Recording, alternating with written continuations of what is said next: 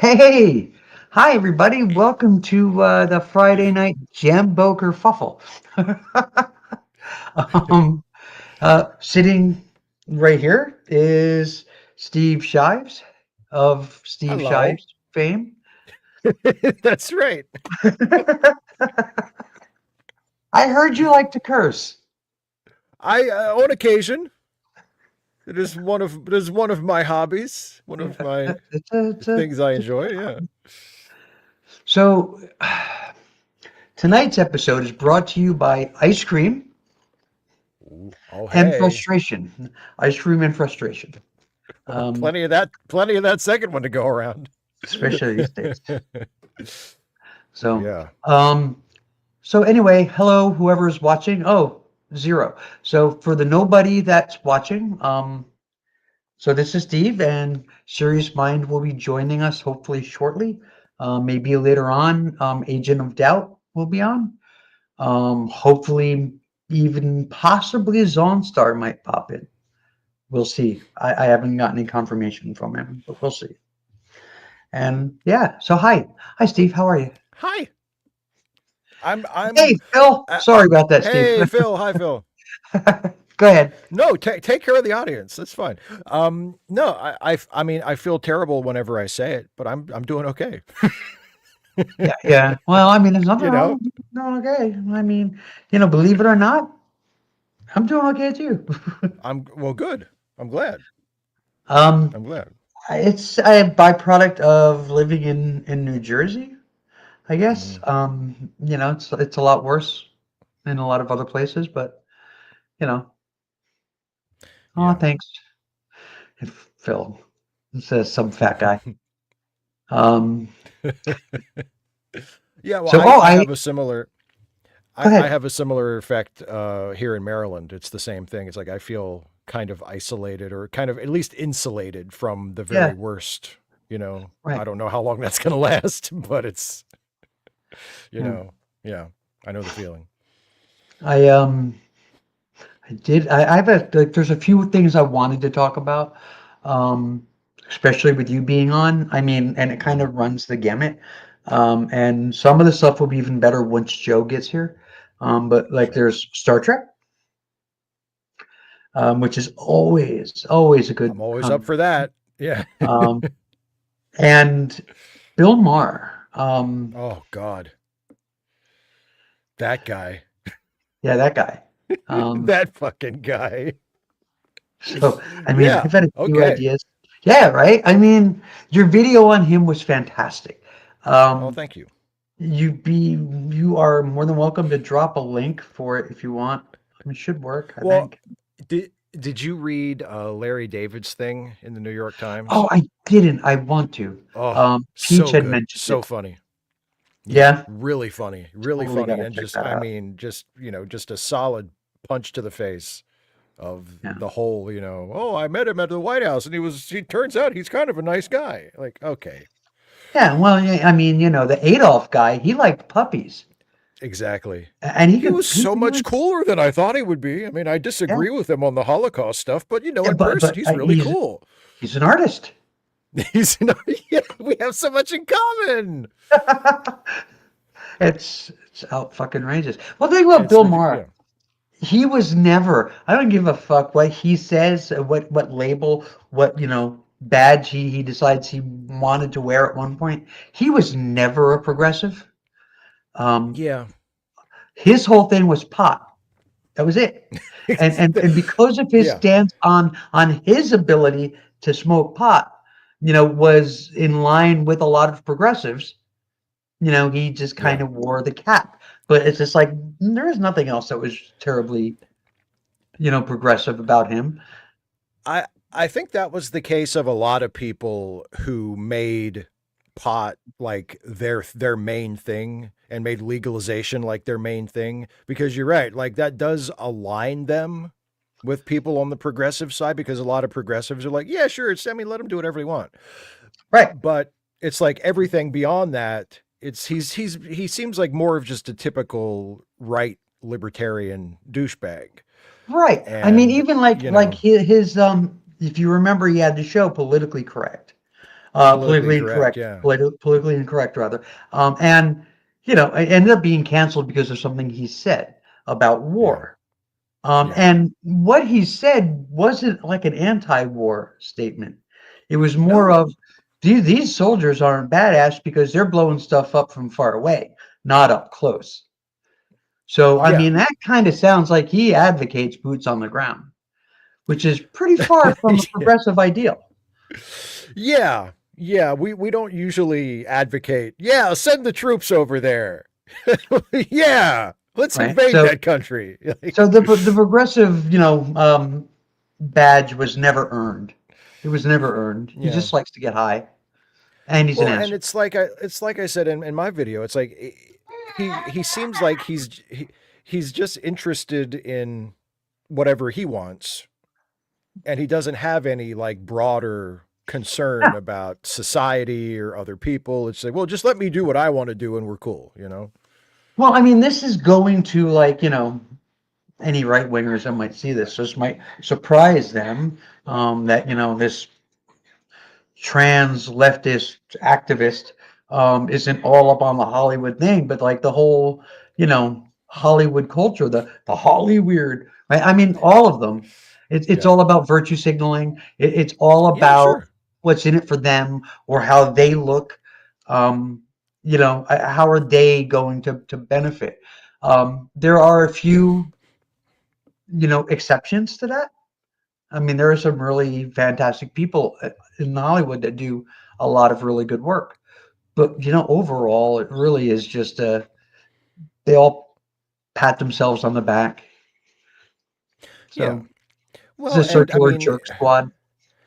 yeah, it is. And I mean, you have to figure most of the really, really successful people in Hollywood, even the well-intentioned ones, because there's a lot of them that are well-intentioned, but they're just so disconnected by their fame and their wealth from everyday life that when you do see someone and you actually think, oh, he actually seems like he might be a decent guy, or she seems like she might actually be a decent woman, or it's like they're the exception, and it's kind of amazing because like it's pretty impressive that they managed to get that famous and that rich and somehow not turn into a complete asshole. Right. At least as far as And we he's can tell, you know. like Sean Penn, who is like really, really full of himself.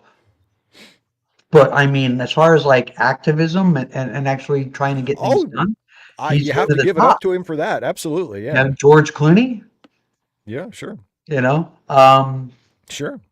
I don't know who else. Is there anybody else? I don't know. I mean, everybody loves Pedro Pascal. He's Oh, well, everybody's yes. I love he's Pedro everybody's Pascal. boyfriend. I mean, I'm straight and he's my boyfriend too. You know, like I love Pedro Pascal. And Joni, yeah, and it seems like a genuinely decent guy. Um, yes. Well, I mean, his whole stance on trans issues. I mean, he has a trans sister, so for him, it's personal. yeah, You know, sure. it's in the family. Um, yeah, he's just awesome. I love Yeah. Peter Pascal. But you guys, the people who might lose their health care get unjustly sent to a gulag in El Salvador, etc. All those will suffer can feel better than Bill Maher and a nice dinner with Trump. Exactly. Yeah. Built with Trump and Kid Rock.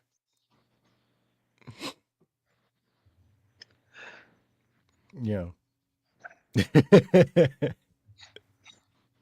Hi, what's the matter? It's Mike High Guy. It's been a day. It has been I'm a day. I'm sure it has. I'm sure it has. Aw. Like I said, tonight's episode is brought to you by ice cream and frustration. So,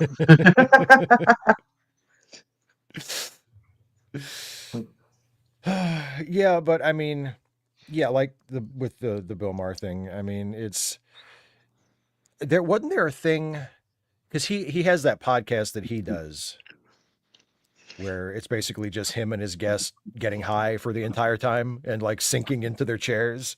oh, I forget really? what it's called. Yeah, I've only seen clips of it when people show clips of it and they're like, can you, it's like, that's the only way I've ever watched Joe Rogan. Somebody will play a clip and they'll be like, look at what this asshole said on Rogan, Yeah. or look at what Rogan said. Um, but Bill Maher has like a podcast where he, basically it's like Joe Rogan, but they get really stoned over the course of it, like every single episode. And it was one of the Jackass guys. I can't remember who it was, but one of the guys from Jackass had been invited on. And then he didn't make a big deal about it. He said, look, I would love to come on your show, but I used to have a drug problem and now I'm completely clean. Like I don't even smoke pot. Like, so if you want me to come on the show, can we just not smoke pot for my episode? And Bill Maher made like a huge deal about it. Like, why should I not smoke pot just because somebody asks me not? And I'm like, why are you being such an asshole about it? Like, if you don't have to be a jerk about it. Because it's his He, brand, man. yeah, it's like just if maybe I mean, it doesn't mean you have to have him on the show, but you can just say, well, we smoke on the show. It's kind of the thing. Maybe this isn't the right fit, instead of being like a self-righteous prick about it. You know. Oh, that's his, like I said, that's his whole brand. That's what he do. Yeah. Yeah. It's what he do. So I'm waiting on Yeah. Joe. He needed the link. I sent it to him. Um, I don't know where he is. I wonder if there's a problem with the link. I don't I don't know. know. I mean, I got here just fine. Yeah. Hey, what's up, Tommy? So Mean Street MMA is Tommy from the Bronx, in case you didn't know. Oh, hey, Tommy, good to see you. Um, everybody's favorite asshole. Um, and he knows it.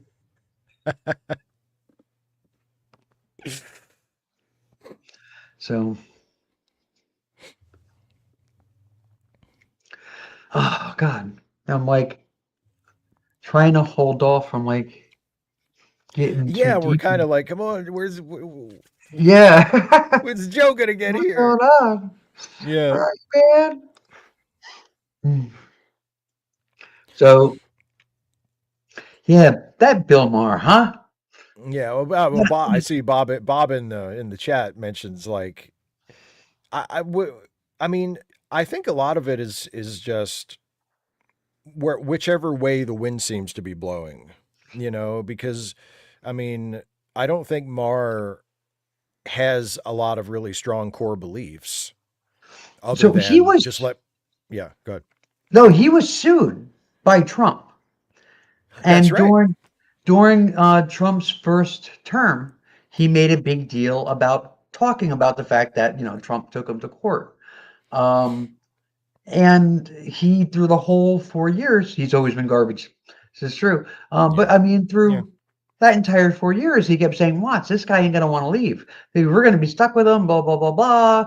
I'm warning you now. Right? And he was right. Right.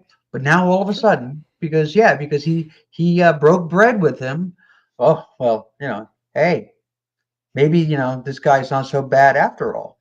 This serial philanderer, kitty toucher, rapist, Yeah. Yeah. you know. Yeah, well, and that whole line that he tried to justify it with by saying like, "Oh, well, what are we supposed to do? Not talk to each other?" Yeah, Like, I don't know, dude. I mean, maybe not treat it like we just have to put up with it for the next 4 years. Like right. maybe, put up a fight instead of going like, "Well, he's here, we might as well be nice to him." Like what is that supposed to accomplish? I don't know if you ever seen Bill Maher's YouTube podcast show. Nope. I think I know why you might be obsessed with woke stuff. He's a creep. I one thing I noticed about Bill Maher actually, he's turning into Larry King. Yeah. With the hairline keeps receding and he keeps Yeah, getting older and yeah. he's becoming Larry King. And hello, Joe. There What do you know? there's the man. Howdy. Good to see you, Steve. Good to see you too, my friend. And good to see you, Titty Sprinkles. I figured that'd be fun for which is essentially episode 1 of the new show. I'm going to do this every Friday, and I'm going to try to have. Oh, hey everybody! I'm making an announcement. This is every Friday at 9 o'clock. And I will try to get a new guest on every week, and I will not succeed every week because I do not have the clout I used to have. I don't have the pull that I used to have. A lot of people that I was close with and that were big YouTubers on the platform are gone. So, but I will do the best I can. And tonight it's Joe and Steve. And yeah, Joe, Steve, and Titty Sprinkles. I'm glad I didn't decide to make my name Titty Sprinkles too, because I almost did, and that would have been like super embarrassing. It's a common name. And I would have. I was like, I should call myself Titty Sprinkles for this, and then I didn't do it. You know, I didn't do it. That's the thing is you missed the conversation that Raven and I had because I wanted that name, but you know, she You graciously gave it up. You did. It's not worth fighting. Yeah, she made a better case for it than I did. So. Well, I mean, I didn't say anything. I just went. Pretty much. That pretty much ended the argument. Right Okay, there. you can have it. Yeah. Besides, my was you. Well, you have real tits. I've got moves, but they are getting smaller slowly. That's good. That's good. And yeah, you do look a lot better. So keep it up. You're doing great. Yeah, I was telling Raven a couple weeks ago, Steve. I saw a picture of me. I was person now ex-friend. I was his best man, and I saw pictures on Facebook of me. And around that time, I weighed about 600 pounds, which was like 100 and almost 140 pounds more than I am now. And I saw my face; it was just like round, and it was like I had no facial features. This was like eyes and round, and I'm like, wow, I have a chin, I have cheeks. It is. I mean, like, because you know, I see you a lot because you usually come to my monthly hangouts. So you know, I sort of noticed that you were losing weight, and you've been talking about it, like you post about it on Facebook and stuff. So like, I wasn't like completely blindsided, but I mean, I bet if I were to go back and look at a picture of you from a couple years ago, I would be like, holy shit, he is different. You know, like it doesn't. You're aware of it, but you don't really see it until you're looking right at it. You know. Well, it's like Raven with her transition. I mean, I saw. Even like from a picture, well, it was a post transition, but it was an early picture. And then I saw one because I remember I was looking at Raven and I'm like, I don't know, but she's changed, but how much? And then I saw a picture that was like a year older. I'm like, oh shit. Yeah. Yeah. People who haven't seen me in a while are like, holy shit. Yeah. Yeah. And that's a good thing. It is a good thing. Yeah. I mean, there's like, I was never like, oh my God, I need to transition because I'm going to kill myself and I hate my life. And I never got to that point. And I don't want to like sound like I'm discrediting or downplaying anybody who deals with those kinds of feelings. I new mic, new whole camera there, tiny dinosaur. Anyway, welcome. I was never in that whole, you know, self hatred, I guess. I was never in that. And I don't mean to like dismiss or downplay what anybody else goes through, but I had never experienced it. But where I am now and the way I interact with the world is just so massively different than it was just a couple of years ago. I move through the world easier, believe it or not. It's just more genuine. It's like I don't know. I am more me than I ever was before, and I have an easier time making friends and relating to people and taking part in conversations and just moving through the world. There's just like a weight that's gone, and it's weird. Well, I think I obviously I don't know what goes on in anyone else's mind but my own. I'm not even good at that half the time. But I understand. I think the part of at least when you learn to accept yourself and who you really are, whoever that is. Like for myself, I've suffered from depression for a long time, and then I don't know, a couple of years ago, I just had like epiphany is too strong a word. But I was kind of like, yeah, I guess Joe's an okay person, right? He's got flaws and faults and all sorts of stuff like that. We all do, and you are an okay person. You're better than okay. The Yeah, world can you're hear above me average. today. You're Say, above Steve? You're above average. You're well above average. Thank you, thank you. and the world can hear me today because of you. That's true. Hey, hey. That is true. Joe bought Well, the webcam that I'm currently using. It showed up yesterday. Ah, so that's why he's on the show. bribery. It's one of those, it's one of the, when NPR does a story about Amazon and they have to say Amazon is an investor in NPR. What's really funny about that? It makes me think about the difference between like conservatism and liberalism. Yeah. In the, like the personal sense, because like so many conservatives they say, well, I'm happy to help people out, but I don't want to be made to. I'm like, you're lying, because it's like, well, what, do you help people out now? No. Well, then you're lying. And like, to me, I don't know, like, and I grew up like, working class family, but it was always like, if you have the ability to help somebody, you do it. Yeah, sure.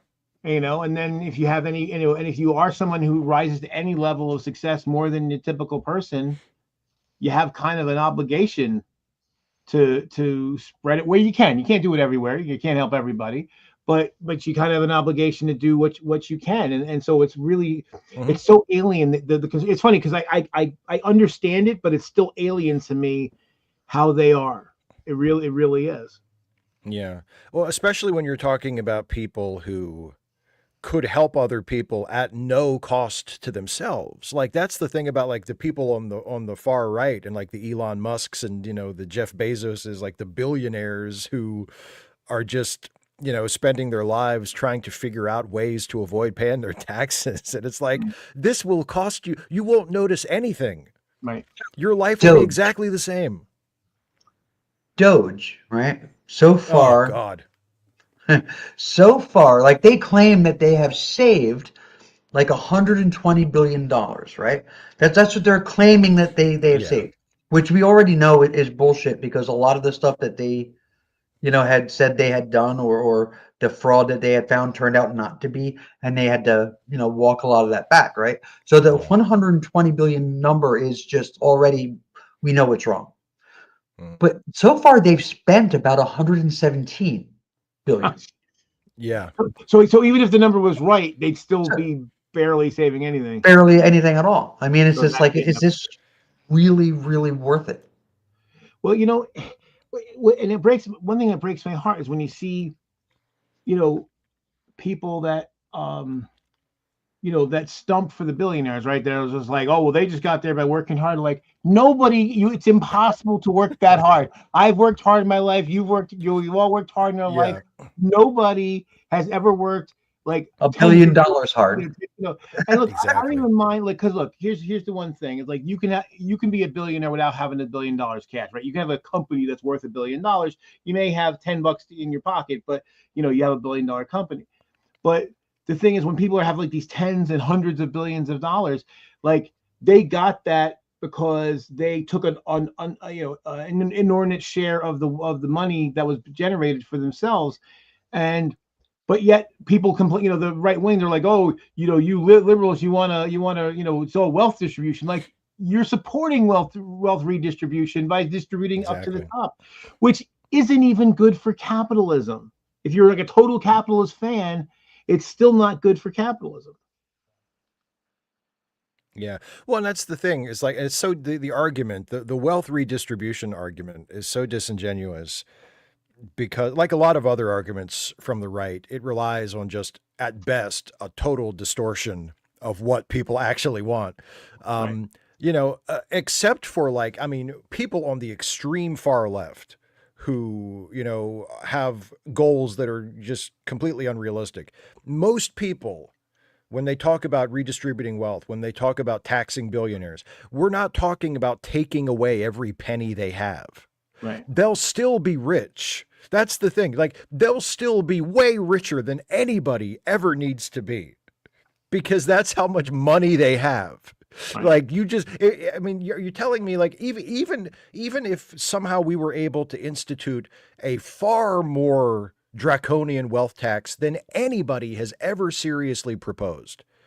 That where it would tax, every dollar they earned over $1 billion at 100%. And we just confiscated every dollar they earned over $1 billion, which is never going to happen. But even if that was the standard, you're telling me they couldn't live on $1 billion? Right. What harm is being done? They'd have to live on McDonald's or something. I did the math. Because I'm sure you've seen this thing. Oh, if you spend $5,000 a day, blah, blah, blah. Well, yeah. If you from the day you were born, somebody on your behalf spent this money for you until you're old enough to spend it yourself. If you spent $25,000 a day from the day you were born and you died on your 100th birthday, and I even factored in, leap days, you'd still not have spent $1 billion. $913,125,000. That's $25,000 a day for 100 fucking years. And if you can't live for 100 years on 25 grand a day, I'm sorry, you need to make some changes in your lifestyle. I mean, you could literally fly to and from France and have dinner every fucking day.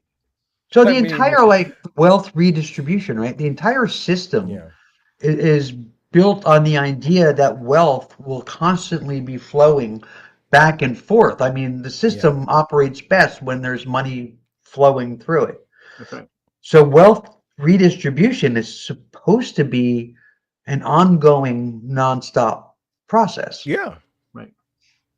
So, well, I mean, I think, Joe, we talked about this on my last patrons and members hangout.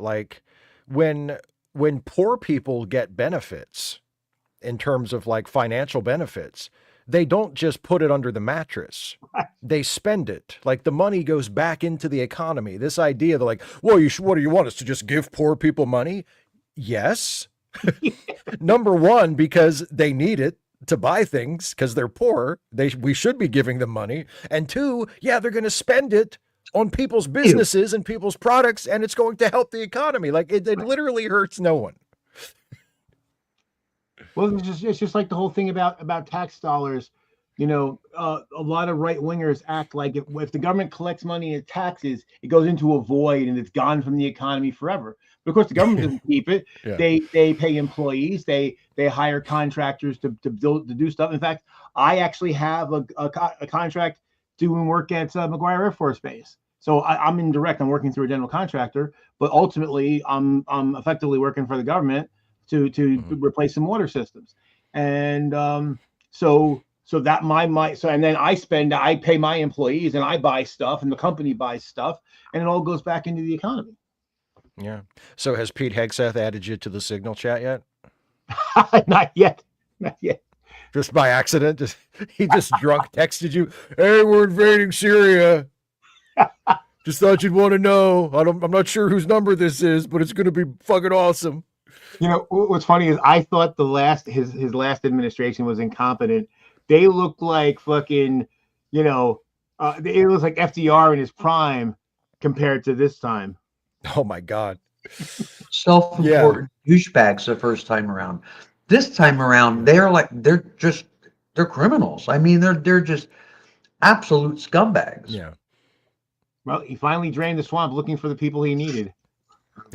Yeah, exactly. What did you expect was going to happen when he's literally just hiring people off of the TV? Dredging the lake. It's dredging.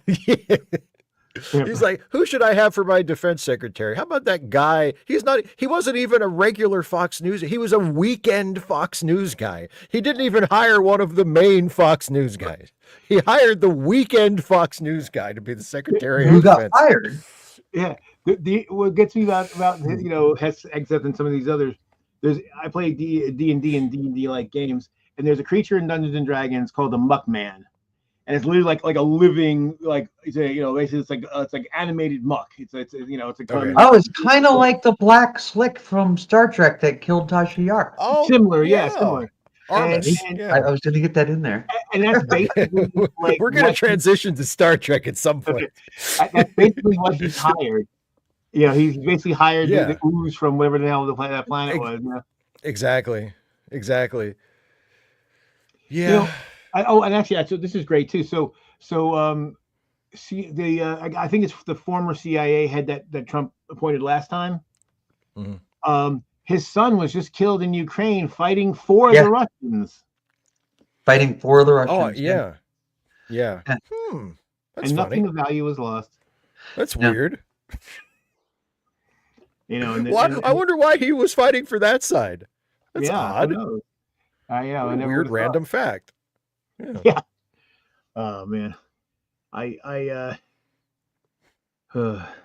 don't know. Oh, well, it's all going to be okay though, because Trump has publicly asked Vladimir Putin over social media to stop it. Yeah, he said, "Hey, stop that, Vladimir." Vlad, stop it. Like, don't you have like private channels that you can use to communicate with other world leaders? Should you really be tweeting this? Like, can't you just, send him a message, pick up the phone? What, isn't there a red phone? I thought there used to be a red phone. Yeah, there's literally a hotline that goes directly from one to the other. Pick up the Dr. Strangelove line and be like, hey, come on, man, what are you doing?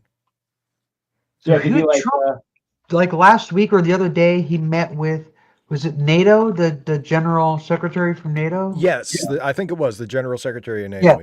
Okay, right. He met with him. Hey, what's up, Liam? Hey, Liam. Good to meet you. Liam has been to my house. Wow. Liam, Liam's been to my house too. He lives in the UK. Actually, he and I both live in Sussex. Oh, yeah, true. And we're a few thousand miles apart. Liam, tell your wife to come hang out. I haven't seen her in forever. Hell, she can jump on the stream if she wants. I saw her, I forget it was last summer or the summer before, we went to see Rammstein. That was fun.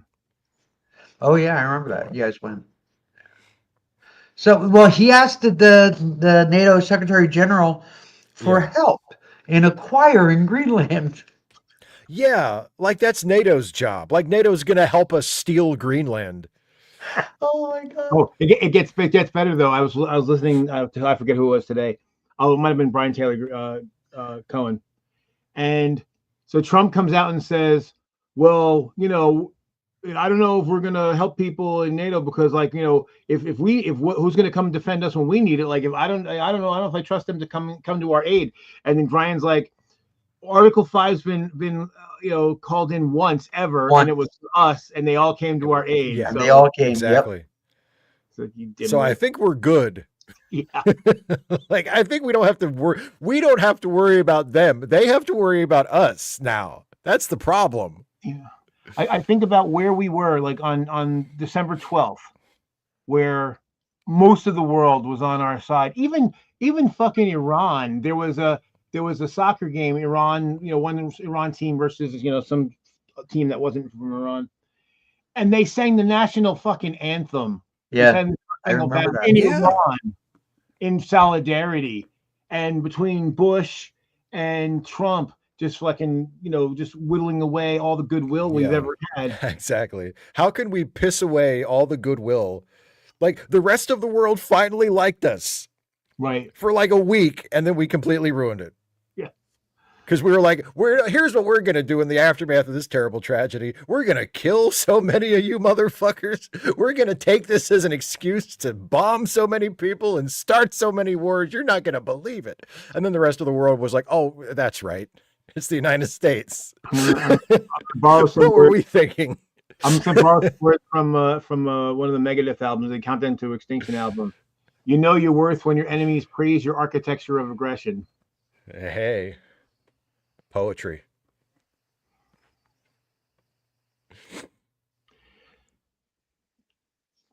Yeah, it is, but I'm not sure what happens next.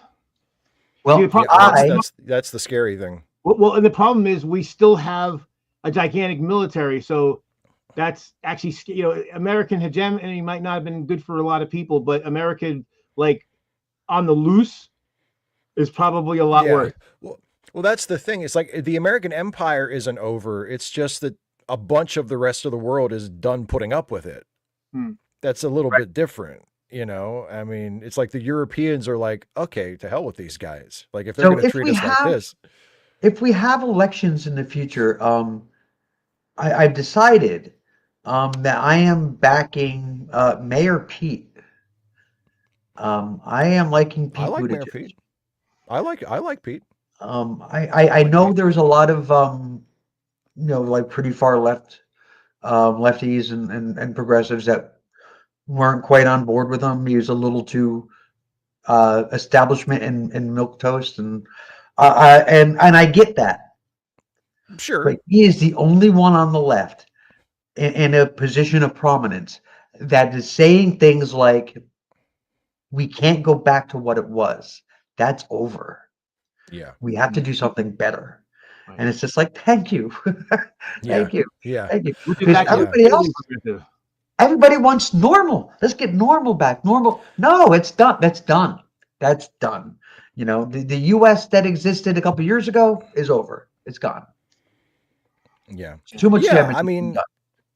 I like Pete a lot. I mean, I'll like you say, if we have another presidential election, I'll have to wait and see who the other candidates are that jump into the primary before I decide if I'm going to vote for him in the primary or not. But I mean, I think I liked him before. I didn't vote for him in the last time he ran, but I thought he was terrific. Mm. And what I like about him is, I mean, yeah, I mean, for certain people, nobody's ever going to be far left enough.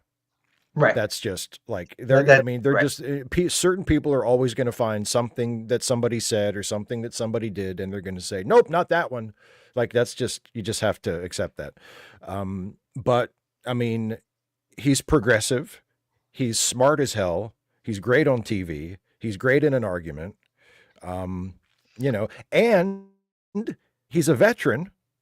So you can't come at him with, "Oh, but he's a gay guy." Like he's a motherfucker. I fought in a war. Okay. So you can, talk shit about Pete my is a liar. sexuality all you want. Pete is a liar. Lisa is saying that Pete is a liar. Because he said that the rich will benefit from student loan forgiveness, which is a lie. No, they I won't. don't see how that's a lie. That's not the kind of thing you lie about. Like that could be a correct statement or an incorrect statement. If it's an incorrect statement, that wouldn't mean he's a liar. It would mean that he's wrong. It was like when Obama had said that you Sure. can keep your doctor. Turned out that wasn't true, and it's like, oh, he lied. No, he didn't lie. He was wrong. He These was are two different incorrect about a fucking things. thing. Yeah. Yeah. Trump is a liar. Mayor Pete might be wrong, but I don't even think he is. Because here's the thing. If you're rich and you have a student loan and it's forgiven, you're a rich person that benefited from student loan forgiveness. I'm not Sure. sure. Well, I'm not also, sure why that's. quite frankly, having as an employer, I am an employer here.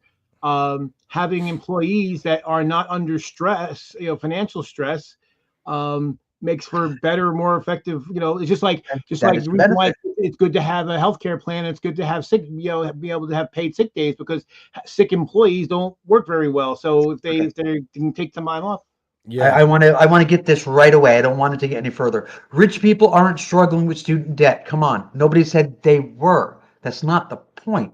You don't have to be struggling to But benefit from something going away. Like you could be a Yeah. billionaire, right? And you're paying $1 a day for something. Then all of a sudden somebody says you don't have to pay that dollar anymore. Guess what? You benefited. It's only a $1 a day, Elon, but it's still a benefit.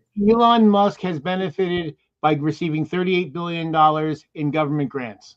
And there you go. He benefited. He wasn't struggling. He benefited.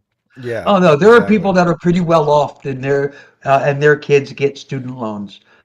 Not all rich people pay for their kids to go to school. Right. That's just not true. And Well, there are a that's lot of reasons why they make their kids get loans or to pay their own way through college. Sometimes it's just because they're douchebags, but sometimes it's because they Yeah. want their kid to learn a lesson about being responsible and paying their own way Yeah. and blah blah blah blah blah. It's a lot more common in rich families than you might think. well. The thing is too is like, okay, yes, they don't benefit as much in a relative term because they have Yeah. resources, but it's still a Yeah. benefit. And that doesn't say that, and that's not saying that people that are poor aren't. This is the problem, and this any kind of political extremist is that they're so myopic. They don't understand. They look at everything in terms of absolutes. It's like two things can be true. So poor people can benefit a fuck a lot from student loan, and middle class people can benefit quite a lot, and rich people can benefit a little bit. So you already know what I'm going to say. Only Sith deal in absolutes. Well, basically people like that basically announce that they basically let me know that their political opinions are worthless, and that I can ignore them summarily because they're not reasonable. You can't have a conversation with somebody like that. They're basically Trumpers, but on the opposite side. You know, Right. this is what happened with Shayra, right? I mean, this is why Shayra. It's funny because Steve, remember when we were at the 2016? Oh yeah, Shayra was there. Yeah, and she was giving me shit because I had blocked her a few months earlier. She's like, "Oh, friends don't block friends." That's why I unblocked her. And then she went down her road. She blocked me at one point. Yeah. Yeah. And so then a few months later, she was being very extreme and over the top. And I said, "Well, you're being like a Trumper," and she blocked me. I'm like, that seems hypocritical. Just like when McNuts blocked me because I posted a video. It was like five things about white guys, and he was like, "I don't support people who support guys who block people based on their associations." What? Are you sure? So wait, are you sure about you that? don't like Steve because he blocks people based on their association. So you're gonna block me based on my association with Steve. Yeah. In the dictionary under massive fucking hypocrite, I saw your face. So Lisa, do I know you? Like, yeah. Where are you from? Where do I know you from? How did you find this? Did you follow I think the point Lisa's trying to make is that Pete doesn't support student loan forgiveness, and that right, but also that because of the rich Pete had shit views on a lot of things, and he didn't do anything as mayor or whatever that town that was. But it was South Bend, Indiana, wasn't it? South Bend, Indiana, yeah. So I mean, but it's okay. So Lisa, how many towns have you been the mayor of? Wine Cave donors. See, there's remember the Wine Cave? I don't know who you are, Lisa. I don't know, but the Wine Cave. I bet Pete was a better mayor than Clint Eastwood when Clint Eastwood was the mayor of Carmel. Mm-hmm. I mean, that's true. I bet Pete was better than that guy. South Bend, Indiana has a population of 103,000. Yeah. So we're not talking we're not talking about what's her name in fucking Alaska, Wasilla. Or even my town. There's not that many people in the state. Like we have like 20,000 people in my town. So I'm looking to see what. And my mayor here thinks he's fucking God. Yeah. Looking up my town here.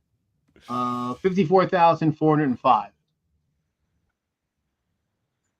Well, you win because I'm pretty sure Hagerstown is about 40,000. Yeah. But the thing is, in Union County, like none of the towns are well, exception of Elizabeth, none of the towns are massive, but none of them are small. Every town I have news. I don't know who Lisa D is, but I have news for you, Lisa. Jesus Christ is not a candidate for any office on any ticket anywhere in this country, and he never has been. No one is perfect. You're going to have disagreements with everybody. The fact that people are looking for perfection in their public servants, right? The absolute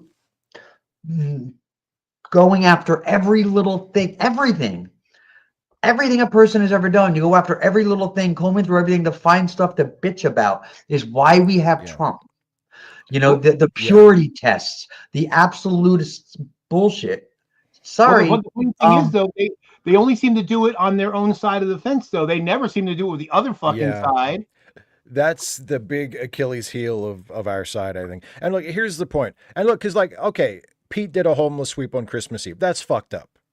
That's fucked up. I don't agree with that at all. If Pete's against student loan forgiveness, I'm all in favor of student loan forgiveness. So that's something else that I think is fucked up. But here's the point. If you dislike Pete Buttigieg enough that you don't want to vote for him, then when it comes time for the primaries and it's your state's primary, if there's another Democratic candidate that better suits your views, vote for them. Right. And then in the general election, vote for who Yeah, and then in the general election, vote for whoever the fucking nominee is. Right. Even if it's Pete, even if it's someone that you think, did some fucked up stuff, because I guarantee you, whoever that Democrat is preferable to whoever that Republican is And that they're running against. I have to tell you, if all of those things that you listed and all of his views are shit views, right? If that's how you really feel, and that you feel that you have superior views, then get the fuck off the computer and run for fucking office. Run for fucking office. Because if you're not willing to do that, shut the fuck up.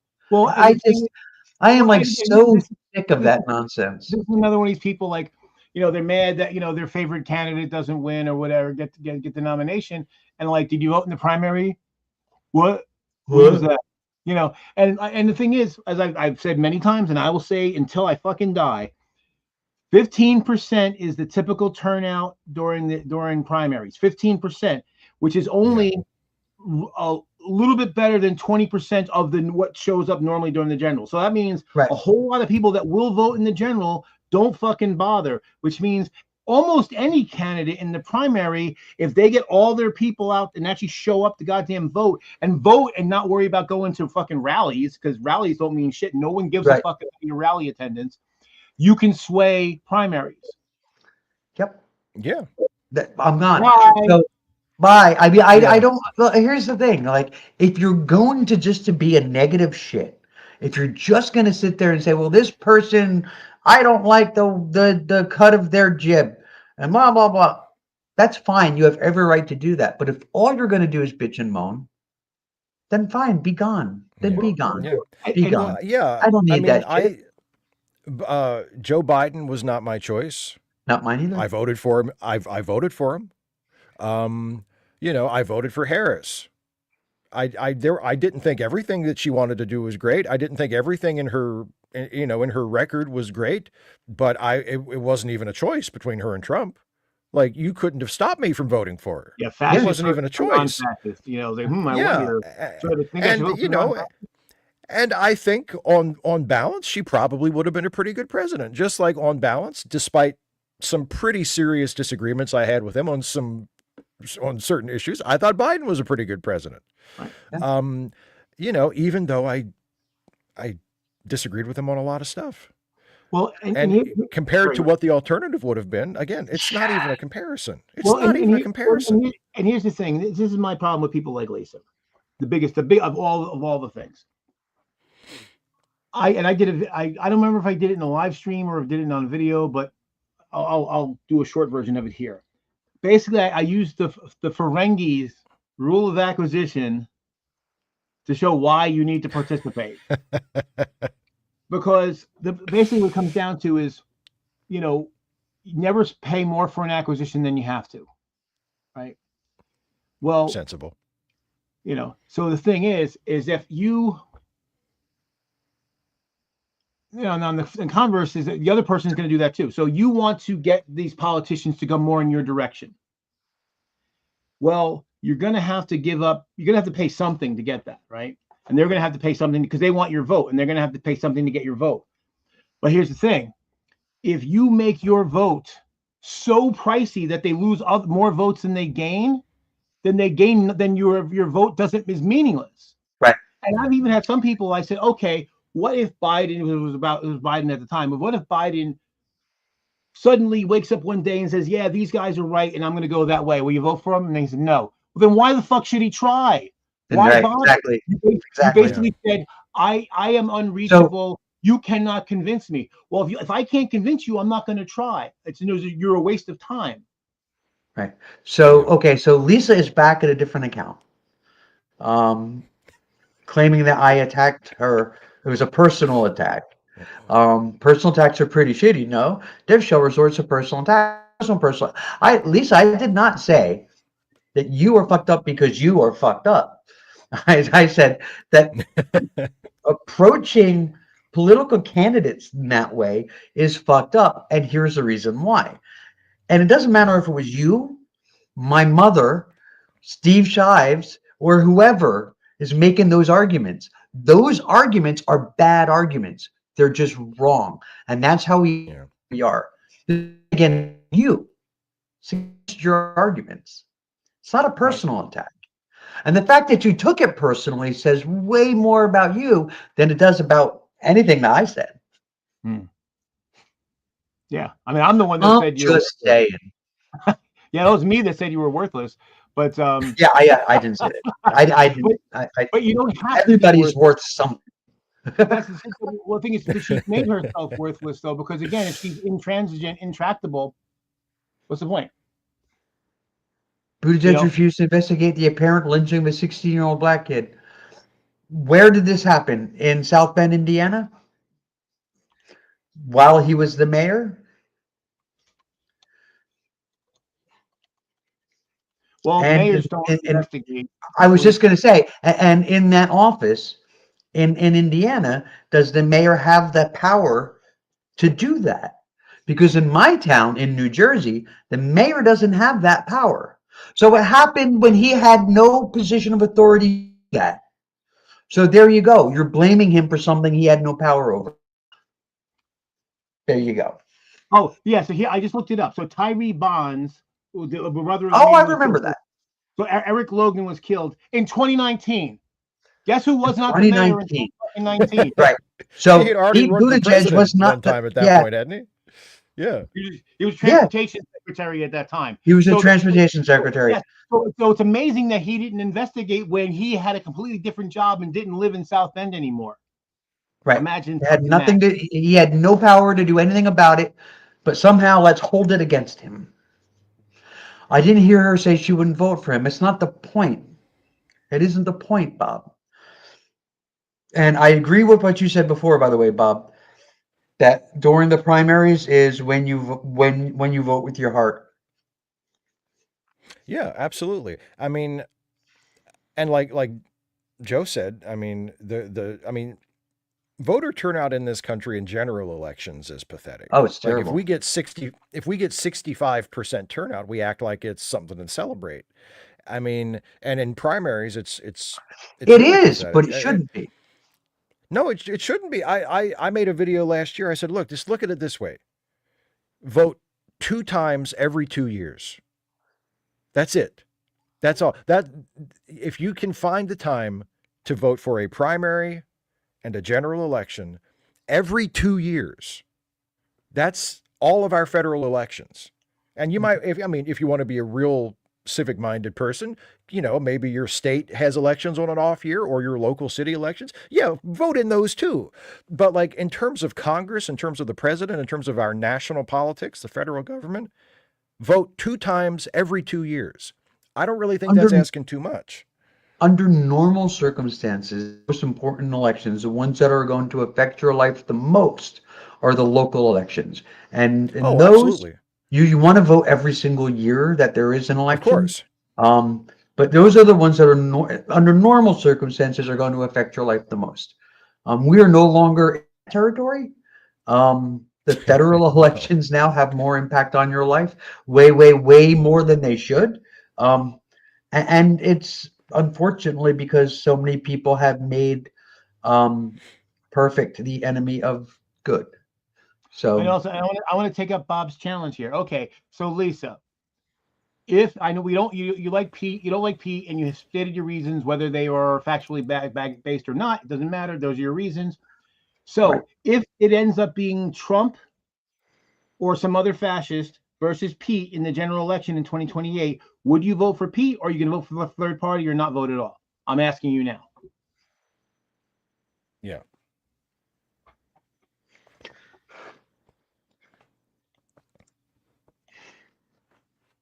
And I will look up to Hyde Vasquez while you answer my question. He didn't just say Trump, though. He said Trump or another fascist, another Trump-like candidate. Yeah. In 2011, high school student Jihad Vasquez was found hung from a power line support after been missing for 4 days in a KKK style in South Bend.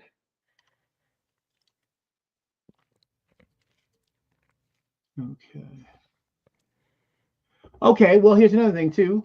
All right, so he was mayor Oh, actually, no, Trump in can't run 2019 again. he was mayor, but he was mayor from 2012. So this happened before he was mayor. So it happened before he was mayor. And does the mayor in South Bend have the ability to launch investigations like that? Because, like I said, in my town they can. But it's a town of 20,000 people. You know, it might be different in a town as big as South Bend. I don't know.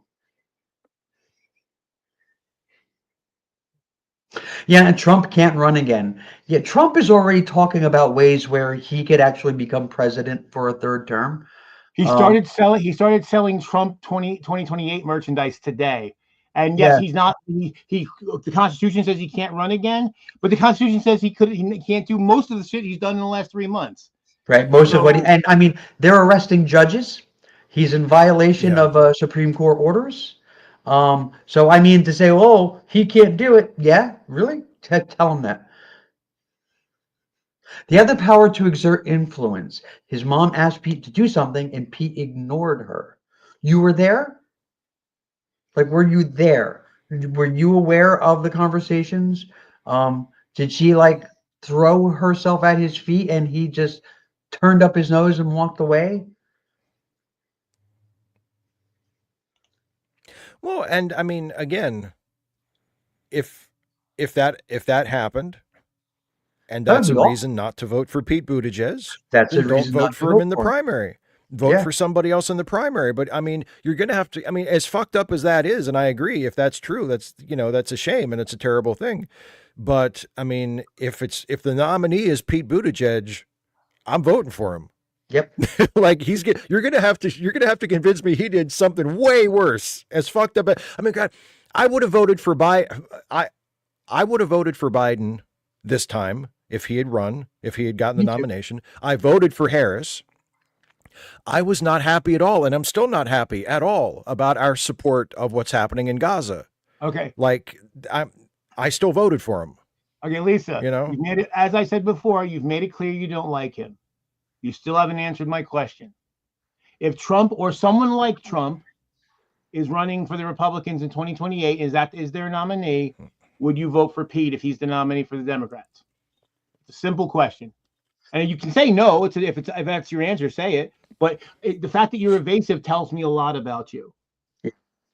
So yeah, if Trump or Vance were running, Vance, yeah. you would not. Okay, finally. Okay. So So because up to that point, you were just all you were trying to do is kind of justify. Oh well, he did this and he did it, or he didn't do this and he didn't do so that. here's the thing. So if it's either Trump, you live in a blue state, BLEU. So if it's either Trump, there are blue state don't mean By the anything. way, I live in New by the Jersey. way, so do I. I would still vote for him. I live in New Jersey. I'm going to tell you, blue states. I don't know if any of them are as blue as they think they are.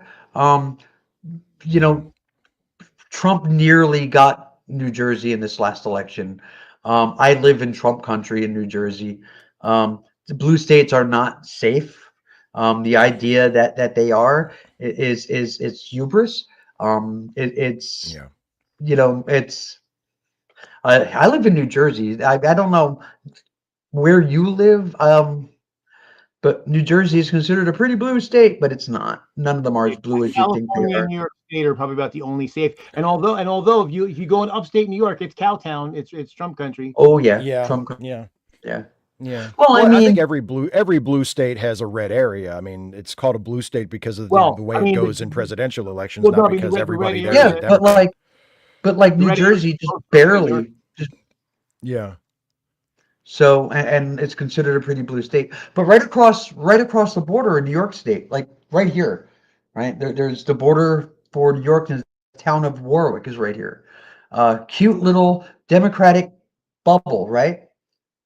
But there's a Nazi. There's a Nazi. What is that place? It's a restaurant, right? It's a deli or something. It's owned by Nazis. I mean, it's Jesus. so. Yeah. Well, and also, I mean, and I feel like just by default I'm being the nicest to Lisa here of the three of us. You know what it is? And it's not even Lisa so much. It's that attitude. Like she even said that she will not vote if Pete is the nominee running against Trump, she will not vote for Yeah. him, Well, which and what tells I was me gonna, she doesn't yeah, really give a shit about the republic. She doesn't really care about the welfare of the country. She only cares about she wants person to get, or it's nothing. It's all or nothing. I Um, I've heard this argument from a lot of people on our side, unfortunately, who live in blue states, who live in states that they feel are safe, you know, that whether they vote a certain way or not, the Democratic candidate is going to get that state's electoral votes. And they use that as an excuse to not have to make the uncomfortable choice. And I consider that cowardice. I think that is cowardly. If you know that unless and until our national two-party system undergoes some kind of radical change, which is not forthcoming anytime soon, you know that the president is either going to be the Republican or the Democrat. That's just the way it's going to be that's until just something drastic changes, which probably won't happen for a very long time, if ever in our lifetimes. You know it's going to be one of those two people. And you don't like the Republican, so you say, the Democrat has done some things where you just, oh, I just can't vote for them. Really? You can't even hold your nose and vote for them? No. Really? What about the Supreme Court? No, I can't do it. Really? What about like gay rights and civil rights and trans rights? No, I can't do it. It's not. Okay. Okay. But you live in a blue state, so you don't have to do the uncomfortable thing. right. You can waste your vote on a third party or just not vote at all on the presidential line on your ballot, but you can still feel good about it. Because I live in a blue state. The Democrats gonna win my state anyway. You know, Forgot and about it's this to me feature. it's cowardly. It's coward.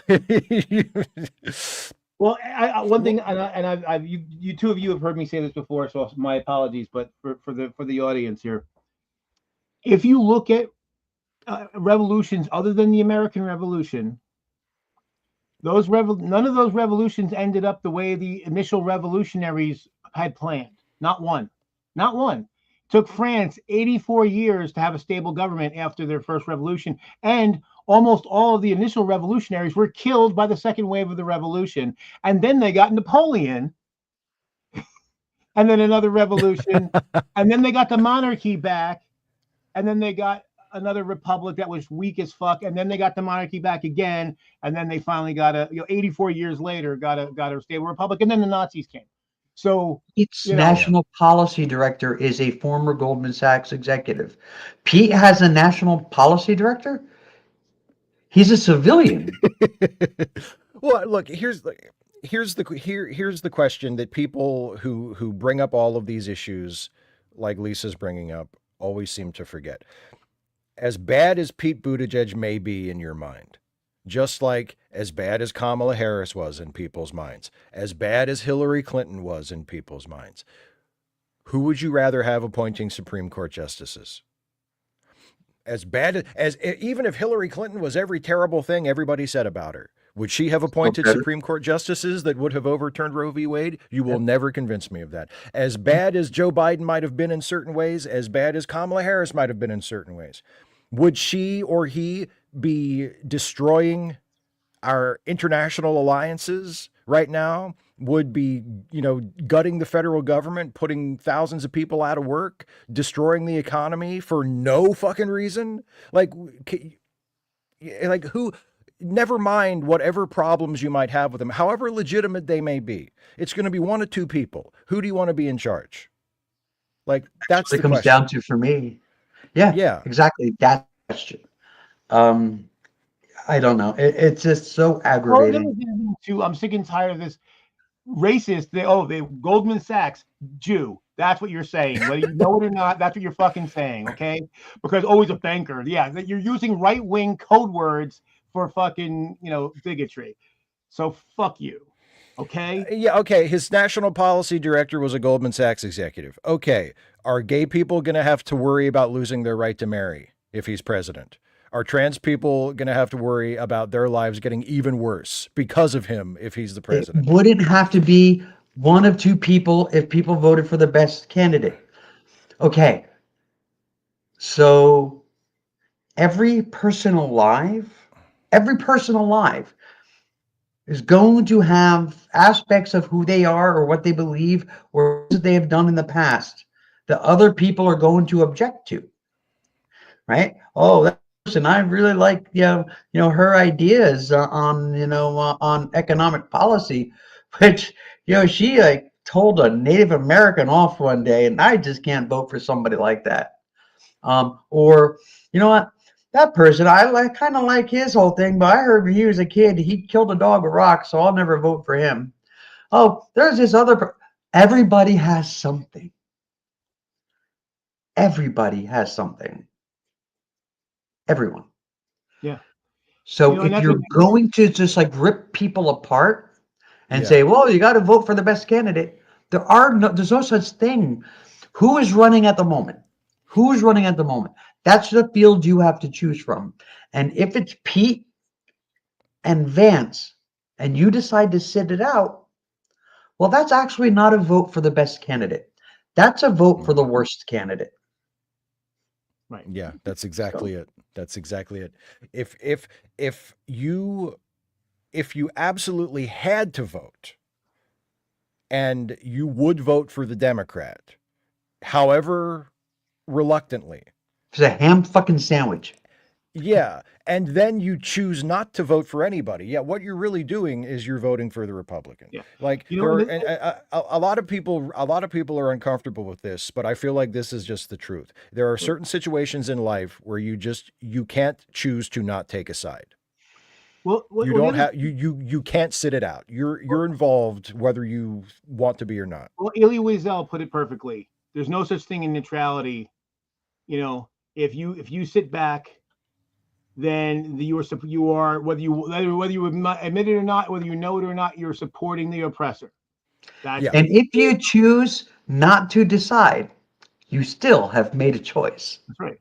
Exactly. So, it's and again, your place to try to get the best candidate in there is the primary. That's where you show up. But and here's the thing: so she said, okay, well the elections are not going to fix it, not by themselves, no. But if you can't fix it, freeze it. Don't cede ground. Don't give up ground. We've lost so much fucking ground. 80 years of progress is being torn up weekly because people were like, well, I don't kind of like her, and I would have liked better possibly, better choices. Yeah, everyone would have, but those are the choices we had. Sometimes the choices we're left with are not the ones we would prefer to make, but that's reality because that's what fucking grown-ups do. That's what grown. Well, I don't know. Lisa says that we need to grow up for fuck's sake. She's crying about something. I don't know what the fuck. Well, I brought up the thing too about because he was like, oh, he had a bad relationship with black people. It's always fucking white people I ever hear that from. I never hear from other black people. Are you black, Lisa? If not, shut the fuck up about black people, okay? You don't get to speak for us because you're not one of us. But if you're not going to listen to white people about who the best candidate for black people is, then who are you going to listen to? Yeah, the token black man has spoken. Well, the thing is because there's no point in having a reasonable discussion because you're not a reasonable person. You've already made it clear that you're gonna stand on your ego rather than what's better for the country or less bad if you want to look at it from that perspective. Mm-hmm.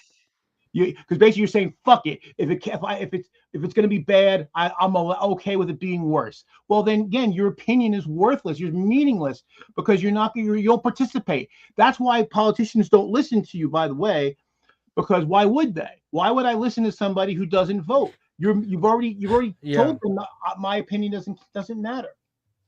And honestly, sorry, Steve, let me interrupt one more time. Sorry. So you know what happened this past election cycle? I got multiple phone calls from candidates themselves. Why? Because I'm a reliable fucking voter, and I hadn't been giving I wasn't giving the usual amount of money that I normally give, and they were like, "Hey man," they weren't even asking for money. They were like, "Are you going to come and vote?"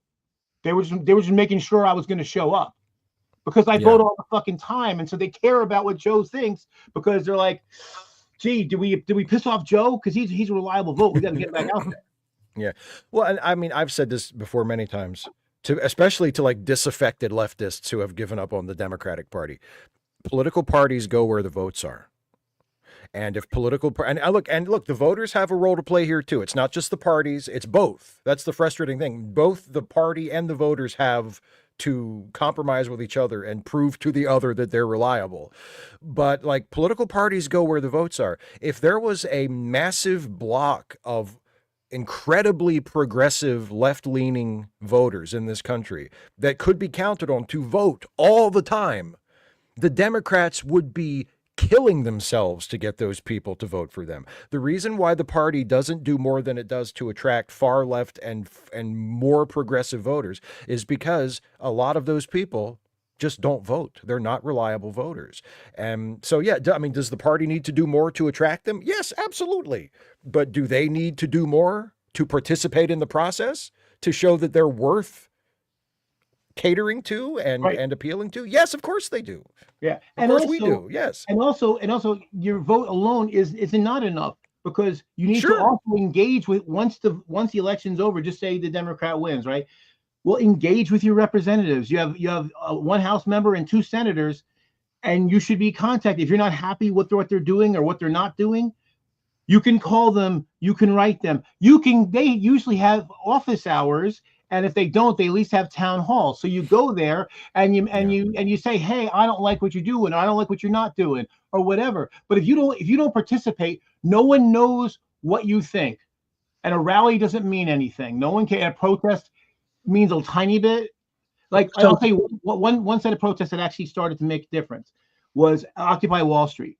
And for all the criticism that my generation and the boomers gave to millennials, I think it's the best thing the millennials ever did. And it came so close to actually, resulting in some real political power. The problem is it needed to transform into Occupy Congress, but it didn't. If it had done that, there could have been a real progressive movement, but that takes work, and no one wanted to do that. So Lisa has accused us of personal attacks, and multiple times she has. And it's my show. Right, I'm the host. This is my channel. I don't believe I attacked Lisa in a personal way. But here's the thing: I am not going to really engage with her anymore, because to argue with someone who has taken leave of reason is like administering medicine to the dead. Yeah. So I have one thing that I want to say to Lisa, and then I'll move on to, and we can talk about something else. And I don't mean this as a personal attack. Lisa, I don't know you. I will say I have friends who I really respect and think are good people who are further to the left than me.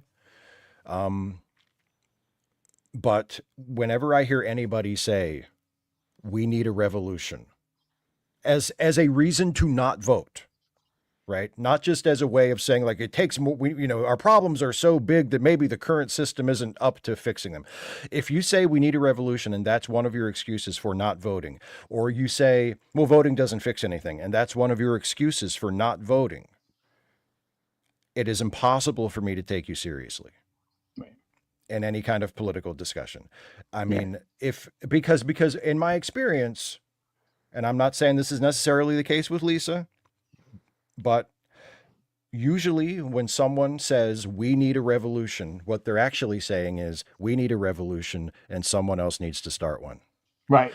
Because if things are really that bad and things are really, there is no other recourse, participation in the political system will do no good at all. And the only option we have left is to start a revolution. And that is what you really believe. Why aren't you doing that right now? And if you're not doing that, why are you mad at me? Because I'm not doing it. Right. You see what I'm saying? You see what the problem here is, Lisa? So that's the only point I wanted to make. Yeah, and I'll continue that a little bit further. I too, the same way. I don't take people like that seriously. Again, because I know that they're ignorant of history and they don't really know how revolutions have typically gone. But beyond the fact is, if you can't show up to fucking vote, why am I going to believe you're going to pick up a gun? If you can't do that minimal level of engagement to, like, go to a primary or go to a caucus and put get your voice out there, go to a town hall, contact your representative, you won't do any of that. there's zero chance you're going to do anything revolutionary in your life. No, they're not. They're not, because here's the thing. It's really easy to say, we need a revolution, right? So you say you want a revolution, right? I mean, it's really easy. It's really easy to say, but people don't realize what that entails, like what that means. Your neighbors that you know for a while, you might watch them get, blown to bits and watch their kids get shot up. That might be something that you might have to see. Are you ready for that? Do you want to see that? Is that the road that you would like to go down? Do you want to see entire city blocks, major American cities just completely bombed out, where the buildings are burning and the bodies are burning for days on end? Is that what you want? That's what a revolution in this country would look like. Also, no revolution has succeeded that didn't have popular support. Right? So, okay, so our own was just such an off the wall fluke in history, because there was about a third of the population supported the revolution.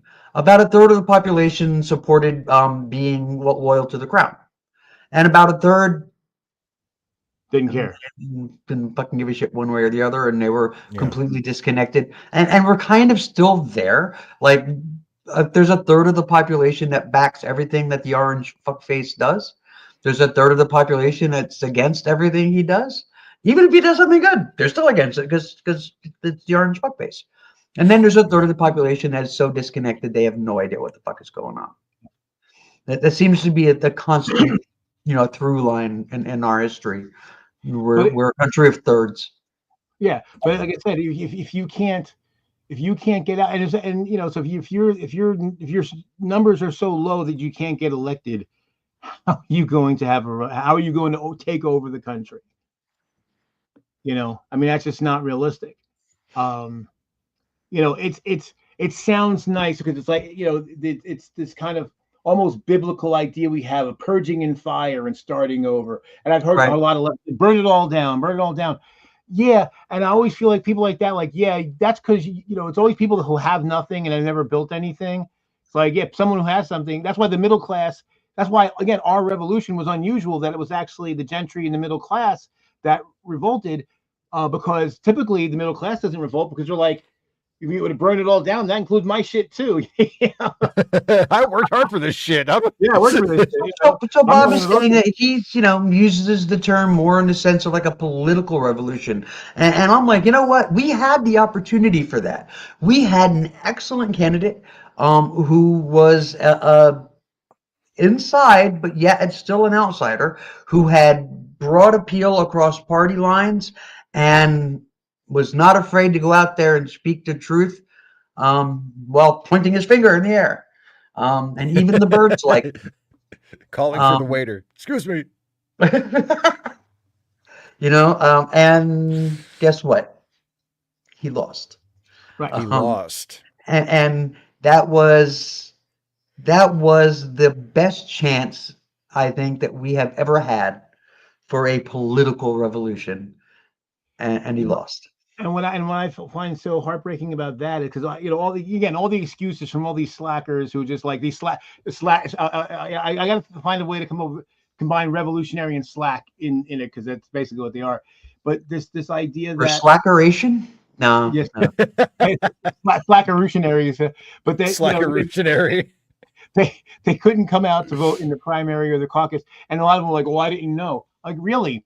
Well, when Bernie was running, and I went to it because I was like, "Hey, Bernie seems cool," and I went to his website, and on his website, YouTube have heard me say this a billion times.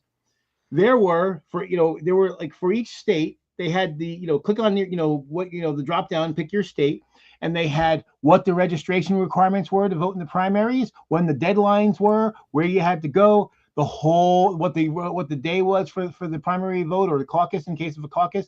For caucuses, they actually laid out they actually had the link to the caucus rules. So everything you needed was on Bernie's website. So if you didn't know that, that's your fault. Yeah, we really missed out, I think, by Bernie not making it.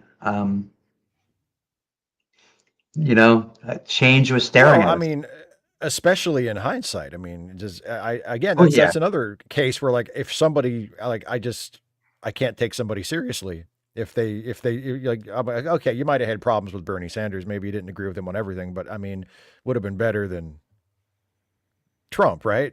I mean, that's if you can't at least say that. So Like, I'm 54 years old. I've been voting most of my adult life, and I can yeah, say that in my entire life, he was the only time that there was an actual change candidate that was running.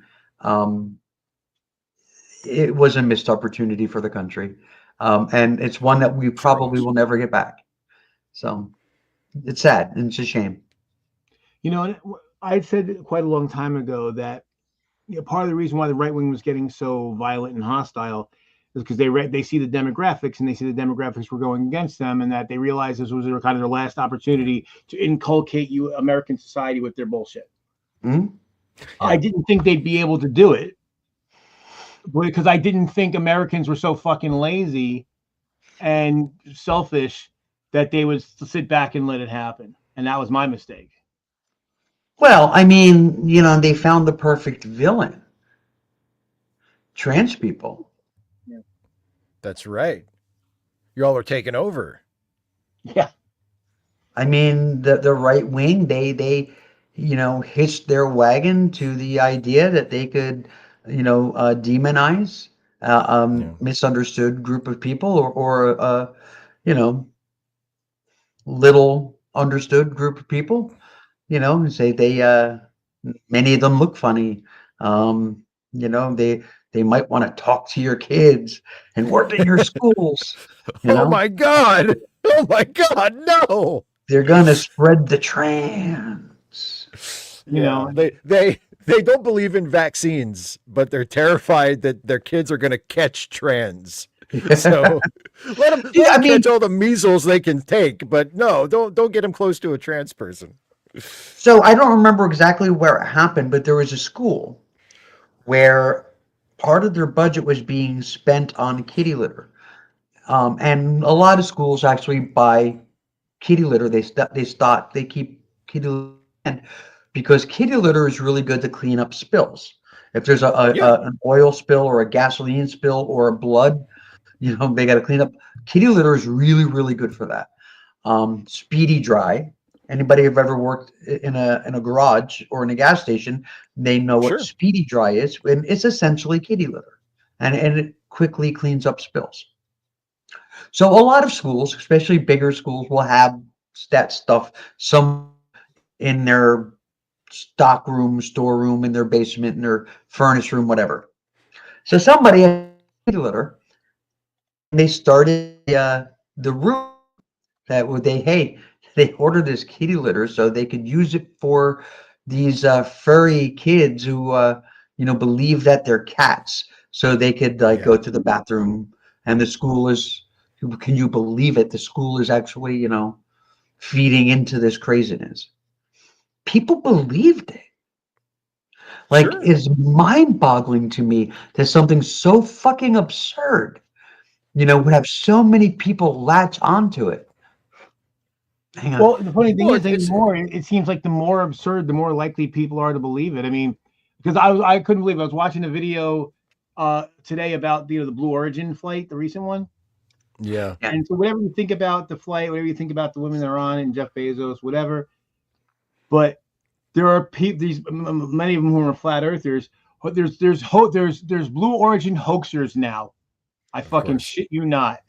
It doesn't So, surprise me. and people are like, trying to figure out how this was all a hoax, and I'm like, I mean, it's literally like these people have. It's like, so not only not only have they departed reality, they're like hostile toward reality. It's like that whatever happened, that could never have happened, and it has to be some. Exactly. Well, that's the end point of conspiracy theorist thinking is you end up just believing that everything is a hoax, regardless of what it is. So, Bob, I want to address this real quick. Isn't that the point of these discussions, to maybe convince someone who is mostly on your side when it comes to policy? No. The point of these discussions is for us to have the discussions and for you to watch and join in and talk with us. It's not my job to convince anybody to vote for anybody. I like Pete. I like Pete because of the things that he has said recently about where we are and where we need to go. And he is one of the few people on the national level who is not talking about back to normal. He's talking about things are so broken and fucked up, we need to start over. And yeah. Yeah. The irony is that would be a political revolution, right? But Lisa is like, yeah. He not like that. He's not perfect. And I always wonder too, the people that are like this, I'm like, I wonder how imperfect they are in their own lives, you know?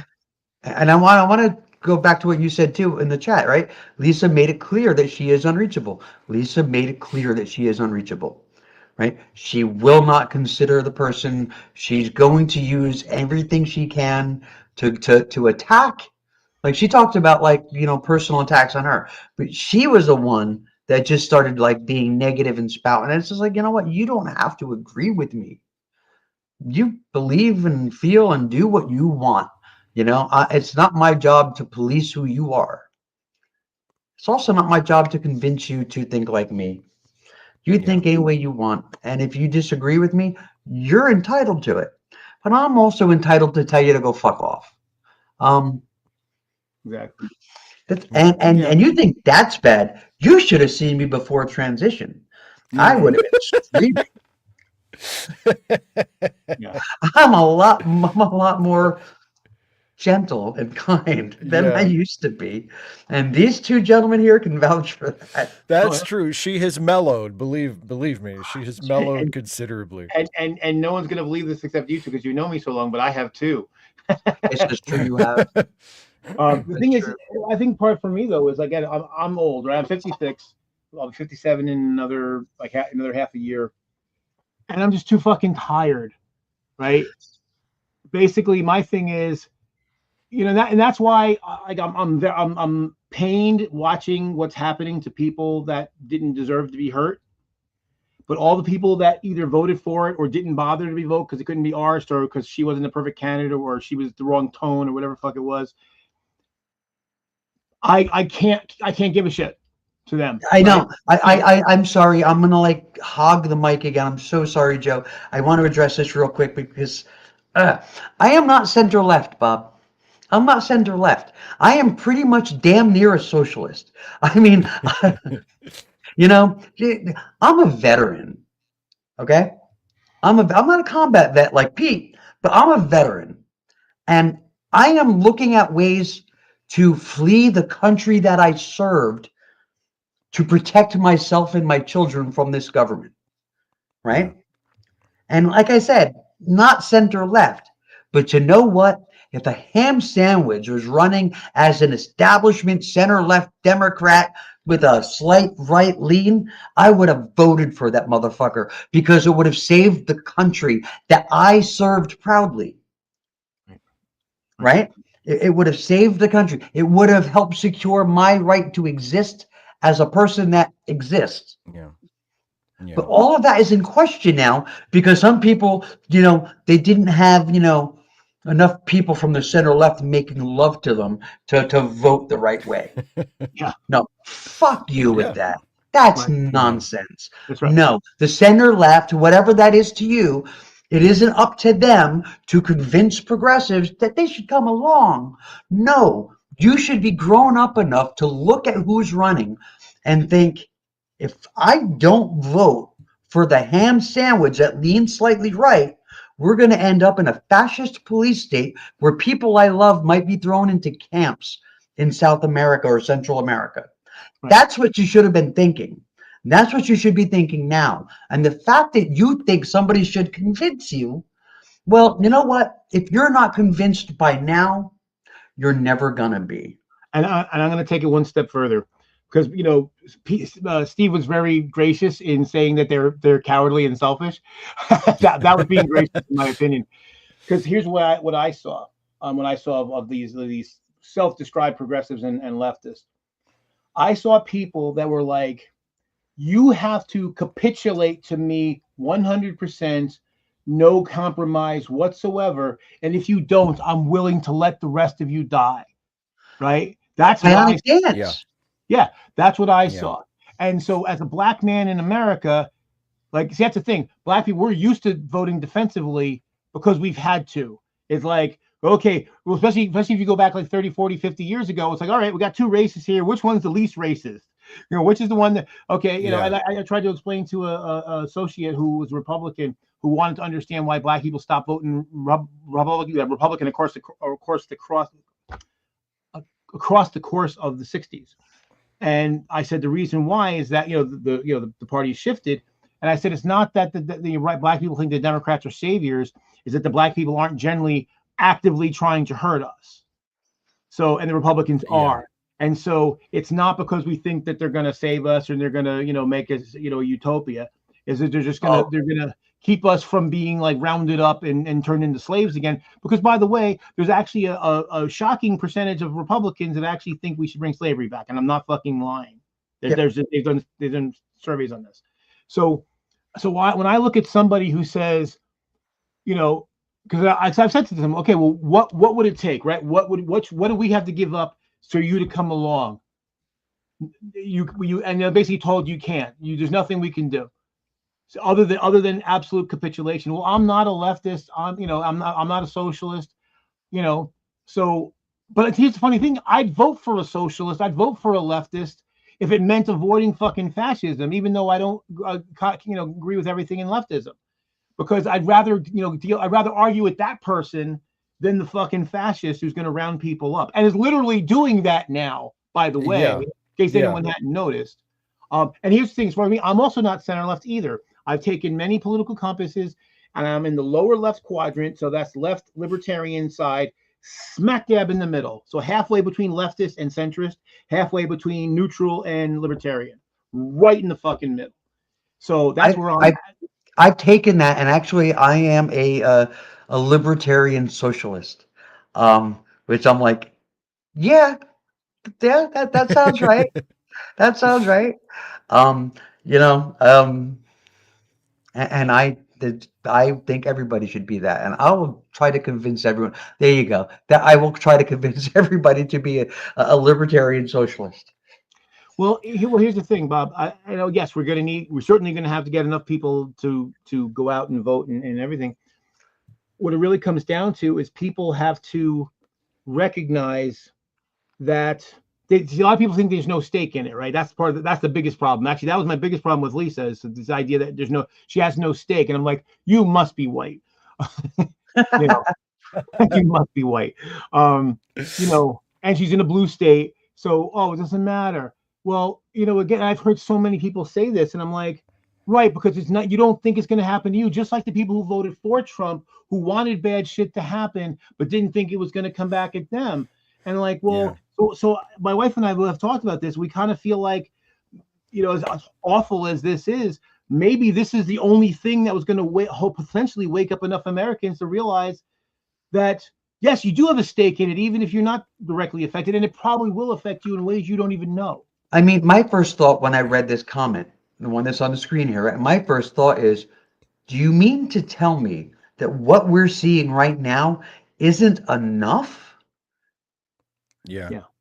Like, are you seriously telling me that Trump would win again with Americans seeing what's happening in the country today, with 54%, I think it was 54% are like, there's like a new poll out today, and 54% of the people are completely against the direction that Trump is going with the country. Right. And you think with that he'll still win? Really? I mean, let's not forget. The case, there was a YouTuber, Ruth Randall. He also went by right. He used to say something all the time. I don't want to speak ill of anybody, but he was an asshole. But he said something all the time that was really, really, really true. The government you get is the one you deserve. Yeah. And seriously, if where we are right now with American residents, maybe not citizens, but legal residents in the United States, right, being rounded up and sent to El Salvador, right? If that isn't enough for people to say, yeah, I can't support this anymore, well, then we deserve this. Yeah. Yeah. Well, and as far as the idea that Bob's putting forward in that comment on screen, like there's no way for Trump to lose unless Trump didn't win by that much, buddy. Yeah, it's true. That's right. Like, I mean, it's not like Trump is some unstoppable electoral juggernaut that there's just no hope of ever beating him unless we put together our own, like, center left all the way to far left Voltron. Like, he's not that. I think it bears. He's all mystique. There's no, you know what I mean? Like, Yeah, he's all mystique. all we have to do is get our shit together a little bit and we can beat him. They I'm act not like saying we will, but I'm saying that's all we need to do. I mean, and I think it bears repeating a lot, right? That he didn't even get 50% of the vote. That motherfucker got 49% of the vote. He didn't even get. So it's like he didn't do. Oh, he won a majority. No, he won a plurality. No, but he doesn't know he won the a word plurality, but not a majority. Huh? He doesn't know the word. What's a plurality? I got the most votes. Yeah, he thinks it's a lung disease.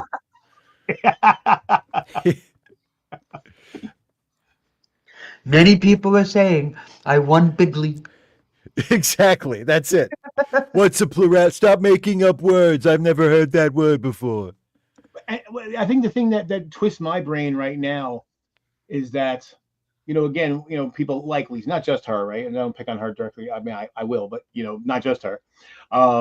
Is that, like you said, yeah, look at, this is not a theoretical anymore, right? He's doing this now. He's literally just weekly, just like, what Constitution? And thankfully, the courts, even the Supreme Court that he stacked, is like, maybe not so I'm not much. sure you can do that, boss. Yeah. And even there, and then 9-0, that was an amazing ruling. Yeah. And yet there's people on our side of the fence that are like, it doesn't matter. What? And I don't know how many people they call themselves Antifa, you're anti-fascist. No, you're not. No, you're not. You like the idea, it's a badge you wear. I'm Antifa. And maybe you went to a Black Lives Matter rally and destroyed some shit and made the black people look bad. But you're not Antifa if you actually don't stand up against the fucking fascists. Yeah. Thing. It's part of the package. Are you or are you not? It was something earlier today because I had said there was a video I saw. It was James O'Brien, from the UK. Yeah, over in the UK from I forget it's L something BI, whatever the channel is. Oh, LBC, LBC, LBC. Right? Thank you. I know it was L something. So, and then it had to do with basically Americans saying they feel betrayed, and then I said, this American sure feels betrayed, and so somebody replied to me, well, what are you doing about it? And I'm like, oh, buddy, you don't know who you're talking to, I haven't gotten scheduled visiting hours yet, but I'm working on it. Yeah, James O'Brien, there's a lot of good people on LBC, but James O'Brien to me is the absolute best. And my favorite is when people call in and he basically traps them with their own words, which is to me my favorite tactic too. And he's way better at it than I am, but he'll just, especially when people call in and talk about wokeness or whatever. He's like, well, what is woke?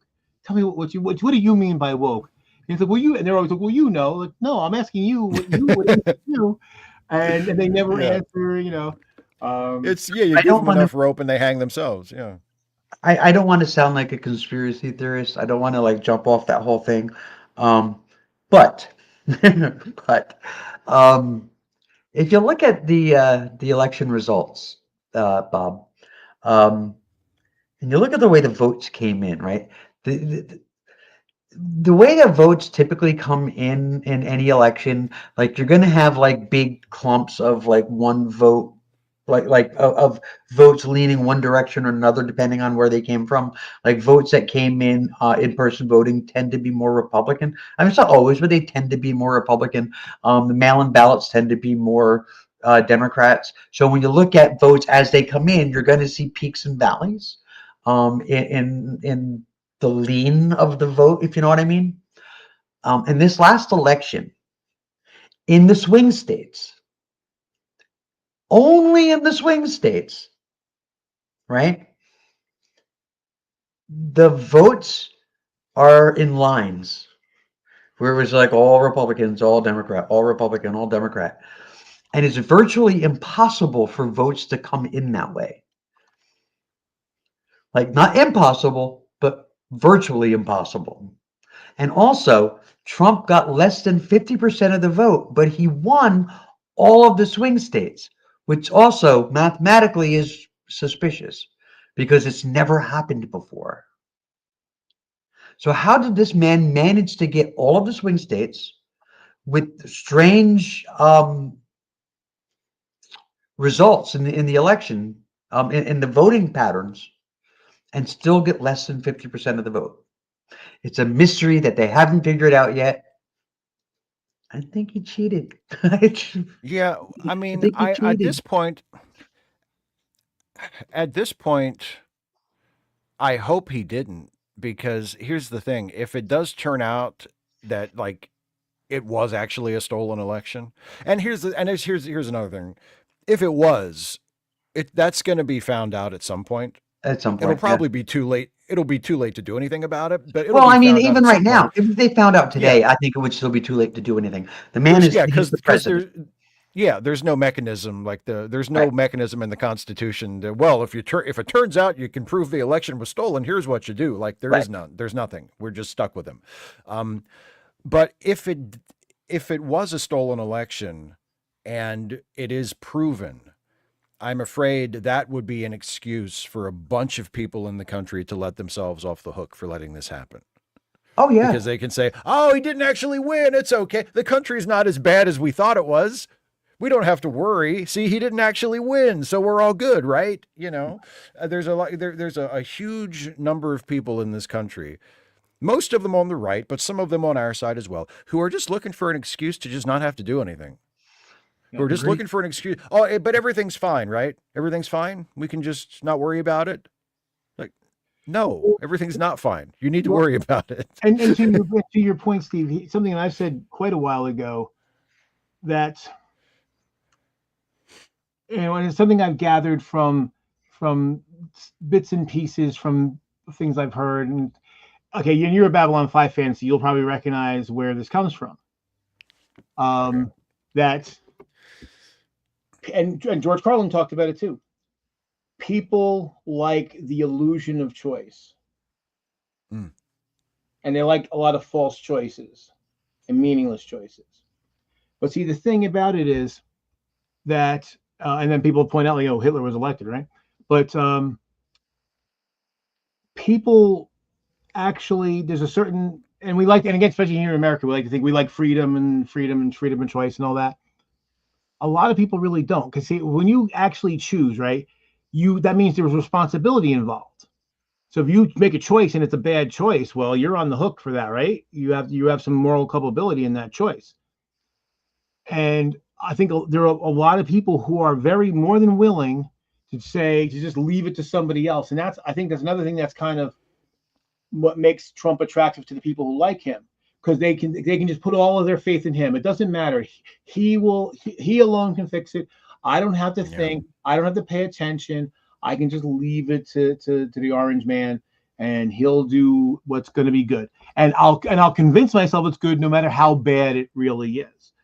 And the same thing with the people who convince themselves that it doesn't matter and they stay home because, oh, voting, it's hard. Paying attention is hard. Learning how the fucking system works is hard. It's real easy to just sit back and, oh, both sides are the same. It doesn't matter. Yeah. I think that, and this is why we talked about getting 65% turnout is we consider that good. And people in other democracies laugh at us because they're getting like 90, 95%. In fact, in some countries, it's illegal not to vote. Yeah. Yeah.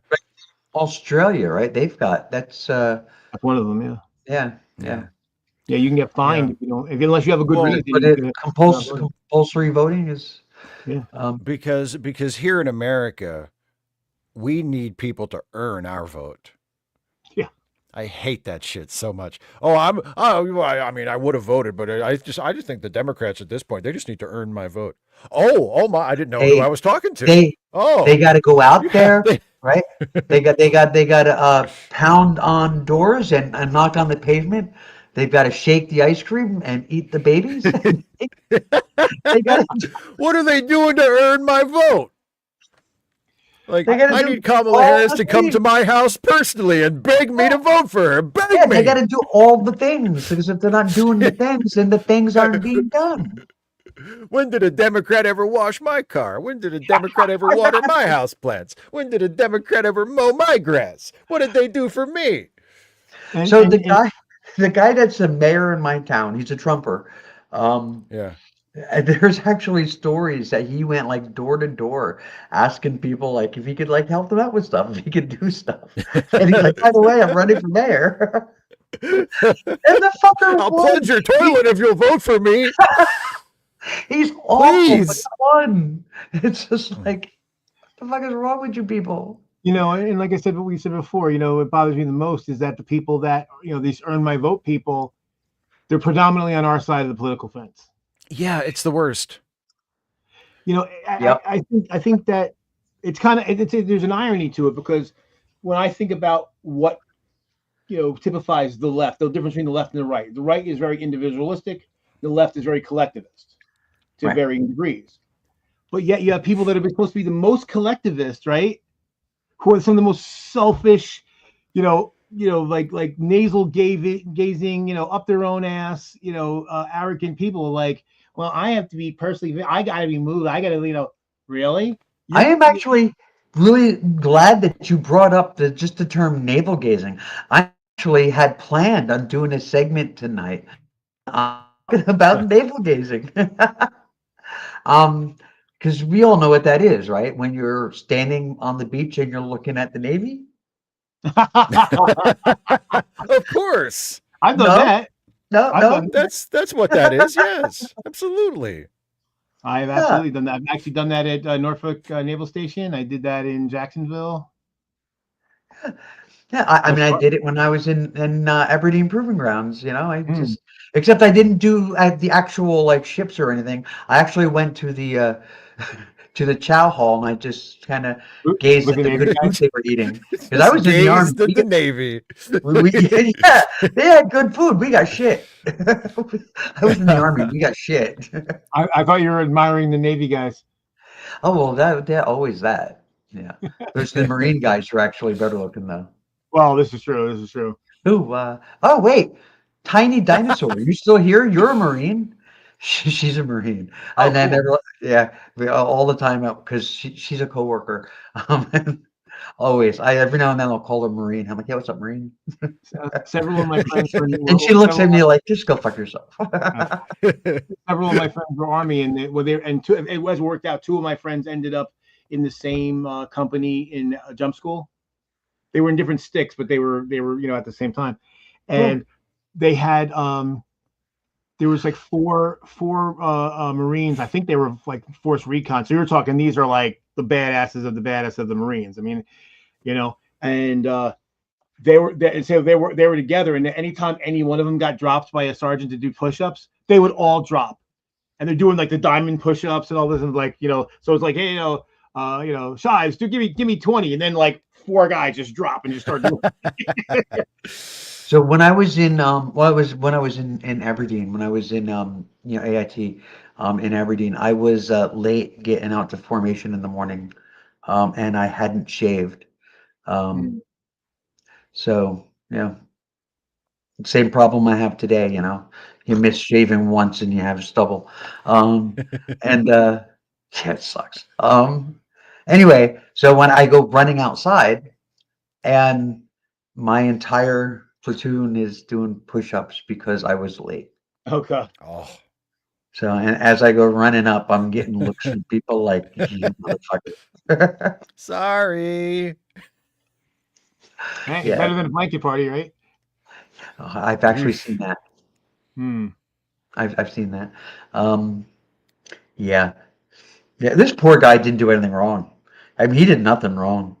I mean, he was in basic training and he already had rank because of college credits. Hmm. And it made no fucking sense that they would put rank on this guy. But because he had rank, everybody gave him a hard time. And then one night they put their boots in their pillowcases and just pounded the fuck out of him. Wow. And Jeez. they had to, kind of take him out on a stretcher. And they were like, oh, he fell down the stairs. And I was like, I am going to be quiet the rest of the time. I am, I am here because that's some scary shit. A woman friend of mine who was in the army, she was like, her unit was in the field. There, it was maneuvers and all that. And she said there was this one woman who would not bathe. And as it is, you're out in the field, you don't get a lot of opportunity to clean yourself as it is. So everybody stinks, but so you look forward to those times. So you take a shower or jump in a river or whatever. And so this woman, after like 2 weeks, would not bathe, and she just was and they call it was a brush party. They basically had buckets of water and brushes, and they scrubbed her. Oh yeah, we used to call that a GI. We called that a GI shower. There's one kid they did that to, and they like rubbed his skin off. It was really Ooh. bad. Jesus. Yeah, it was rough. Yeah, and there was my bunkmate was actually also from New Jersey, Puerto Rican kid, and they had he was another one that was targeted for no fucking reason, and they would flip his mattress in the middle of the night all the time. They do mattress flipping. So. By the way, this is why I love Tiny Dinosaur. So she's replying to Lisa. That's great. The well, some people have asked me, like, people that believe that you can't, you're not an actualized human if you weren't in the military, and which is always drives me crazy. But somebody asked me, well, how come you didn't go in the military? I'm like, because I would not have survived. Because this mouth, no, no way, no way. Well, I was warned going in, and apparently not everybody gets warned, but like there are things like you don't volunteer for anything and don't volunteer any information. It was like first day in basic training. They said, hey, who has a driver's license? And this schmuck said, I have a driver's license. And they're like, all right, you're driving the lawnmower from now on. It's just like, okay, wow, day one, and you're saddled with work. Have either of you watched the channel Mandatory Fun Day? No. Oh, he's great. He's an Army lieutenant. He's either a lieutenant or a captain, I forget, but he's active military, and he does these great videos about Army life, and he talks about like all the traumatic stuff, and then how like there's people that are like the lifers are like, oh, this is great, and then they get out of the military and they're like, and you tell how traumatized they are, and well, the other thing like I like about him too, he's very much of an advocate for mental health services. Yeah. And particularly in the military, he's like, it's you got this warrior culture, and people are like, oh, they don't want to. He's like, no, get help, because So it doesn't take a long time for the training to do what the training does. The United States military is very, very, very good at what it does. They know exactly how to break somebody down and to put them back together the way they want them. Stuff happens during training and stuff inside you that stays with you, not necessarily always forever, but for a while after you leave, it's still there. And you notice things. Like I remember coming home and thinking, everyone around me, all of these people are so self-absorbed, completely unattached to everything around them. And wow, there are so many useless people in this world. And another thing was phones. I don't remember cell phones being such a huge deal when I went in, but when I came out, everybody had a fucking cell phone. And I wasn't gone all that long. I was like, the whole world changed, or I just noticed things I hadn't noticed before. Well, when you said about that, that's to have that stuff that stays with you for a long time. So, same two friends I was talking about before that were in jump school together. So they go to basic in different places. They go to jump school together. They come home. They get like a few couple weeks leave. They come home, and we get together. And we're RPG players. They want to play, so we get together. And groups of guys. We'll snap on each other. Insult each other, but it's all in good fun.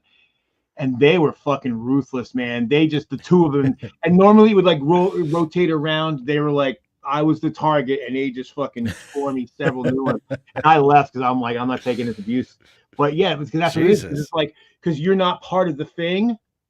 And so there's like contempt for you because you're not part of the thing. Wow. They got over it, thankfully. But for that one visit, I was like, go the fuck back to the army. I don't want to talk to you guys.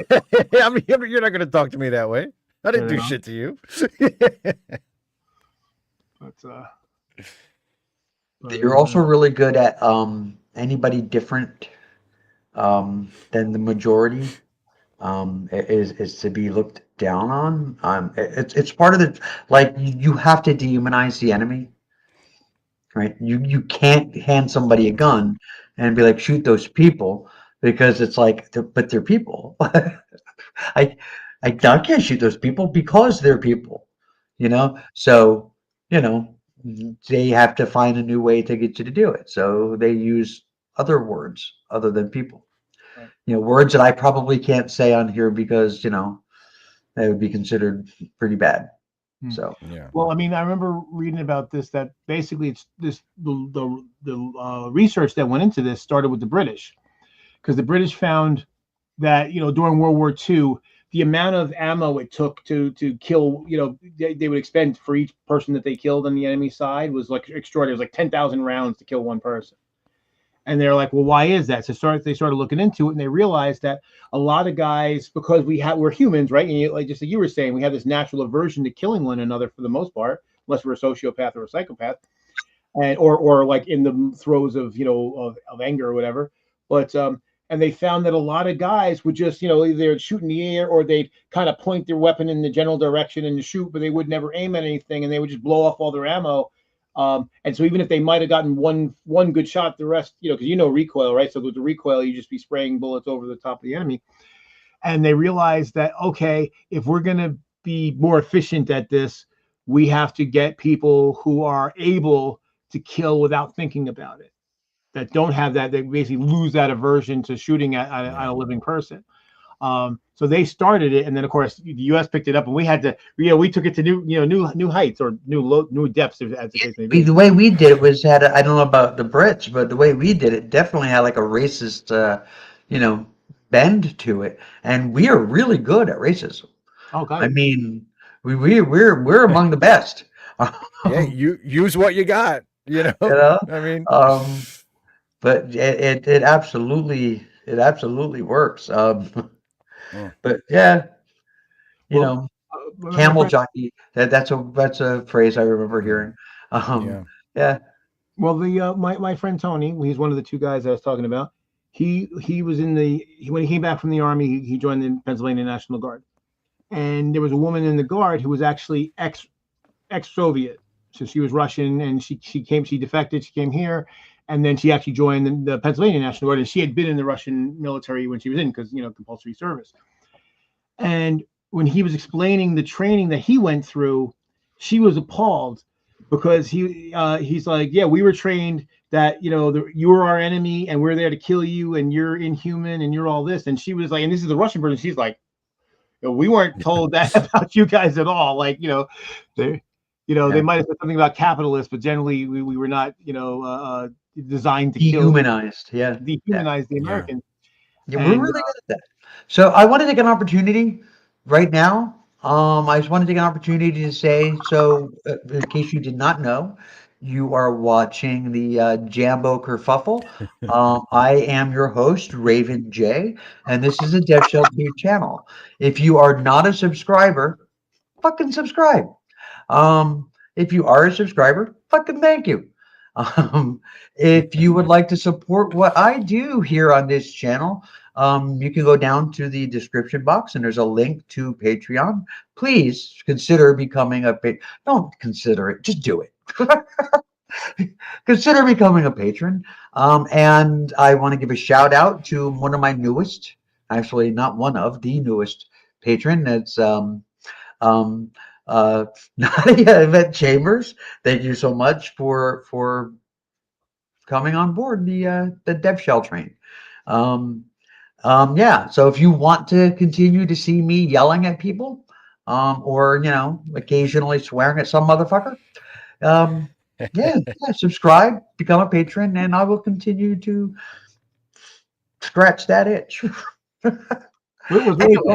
What's really funny is that Steve's original channel name was Steve's Like the Curse, but you don't. I talked about that before you got here. Yeah. Before you got here, I was like, "There's a rumor." I had heard. Do you like to curse? Have you or have you not ever been someone who liked to curse? Have you ordered the code red? You're goddamn right, I did. I think what it is, because Raven and I are from New Jersey, where that's just like speech. That's just Thanksgiving dinner talk. Hey, fuck you. Oh yeah, well, fuck you too. So okay, so my little guy, right, Damon, my 7-year-old, he watches these videos. It's bear hunt. He loves bear hunt videos, right? And on all of them, there comes a point where they're like, let's get out of here, right? It's a bear. Let's get out of here.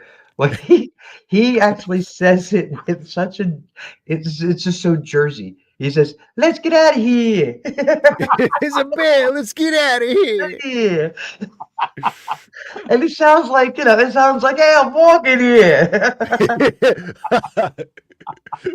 Get out of here. That's like, I love it. He's in his room doing it, and I'm sitting there going, God, I love that kid. When he's old enough to learn those Andrew Dice Clay nursery rhymes, that's going to be hilarious. Hickory dickory dock, go! Hickory dickory dock, go! I first time I went out to Columbus to Origin Game Convention, and there were people from all over, and so this group of people that we play this one particular game, and it was me and my ex-friend Pete, and Pete's from Staten Island, I'm from New Jersey, and we were just being us, and I realized that when I left, I came back, and I hear these guys laughing and talking to each other. And they weren't like making fun of us, but they were like, they couldn't believe what we were saying and more importantly, how we were saying it. Because, we're New Jersey, they're from like Montana and, Ohio and wherever. And I guess the volume of curses that, emanated from our mouths just out of common speech, they were just like, they couldn't believe it. They were all blown away. It is funny. Like, I remember when I was I was 14 when the movie Clerks came out. And Clerks was going to be rated NC-17 for language. Like, there's no sex or violence in it, but they have such potty mouths, those boys. And eventually it got revised and they got an R rating. But so I watched the movie, and this was one of the things I had heard about. It was like kind of a big independent movie at the time. Yeah. And I was a movie nerd. But I watched it and I was like, this sounds just exactly like how me and my friends talk. Yeah, right. Like, do we really talk that dirty? It's like, well, and it also reminds me of, you remember in, I think it was Eddie Murphy Delirious, when I think he's talking about, which this is even more delicious now that we know what a shit Cosby is, but he's talking about how he had an argument with Bill Cosby because Bill Cosby's son went to his show. Yeah, and he's like, the way Bill Cosby talked, all I did was come out here and say a bunch of cuss words. Like, there were some jokes in between. Like, it's not like I just walked out on stage and said, "Shit, fuck, suck my dick, good night." Like, I did tell some jokes in between. I love that Richard Pryor said, "Tell Bill I said to have a Coke and a smile." And shut the fuck up. I love that so much. Tell Bill I said to have a Coke and a smile and shut the fuck up. Oh man! Wow. Actually, you mentioned Clerks. So Dante, the Dante character, Brian O'Halloran. Brian O'Halloran, yeah, he's a friend of mine.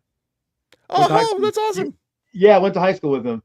I think you've mentioned this. Yeah, that's right. So I've actually was it last weekend? 2 weekends ago, he was at a like a small con in a Comic Con in Allentown. I went up to see him, and we were hanging for a bit. So that was cool. Cool. So I'm pissed at myself though. I went to an event about this time last year with an all night thing, and Kevin Smith was there, and I had the opportunity to meet Kevin Smith, and I didn't. I don't know why. Especially with Brian there, right? Like, hey, hey. Yeah. But I didn't. I did get to use Kevin Smith's bathroom though. You've told me this story. Yeah. That's that was fun. Yeah. That was fun. Oh yeah, 37. 37. Well, I love that too because that's an absurd number, right? You might just hear 5, 10, maybe 15, 37. Wait, 36? Does that include me? I'm 37?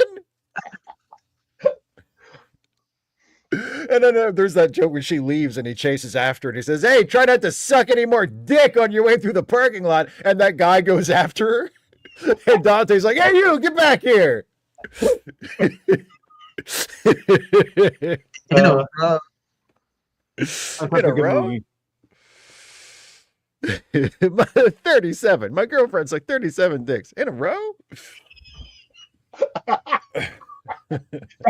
That to me, that was probably the best part of that whole line of the joke. That was Well, and what was the when she came back later and he was being nice to her and she said, you seem calmer than you were before, and Dante says, yeah, well, I talked about it to Randall and he put it in perspective. He said at least he wasn't 36.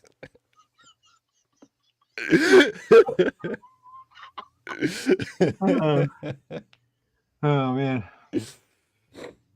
what's funny? I mean, it's a funny joke to begin with, but thinking about these right wing, neckbeard dude bro guys that they want like virginal women and all this, and I'm like, dude, you don't know anything about sex. Why would you want a woman that also doesn't know anything about sex? Yeah, who's gonna lead? Like, neither one of you knows how to dance. Who's gonna lead? And so my latest insult for them, and you may have seen this on Facebook, but now I say anytime I run into them, I'm like, tell me you've never been within sniffing distance of a vulva without telling me. Within sniffing distance of a vulva. It's like that joke that Steve Carell has in 40-Year-Old Virgin where he's trying to describe what breasts feel like, but he's never felt them. So he's like getting it completely wrong. He's like, you know how when you feel up a girl, it feels like, like a bag of sand? And you're like, wait a minute, what?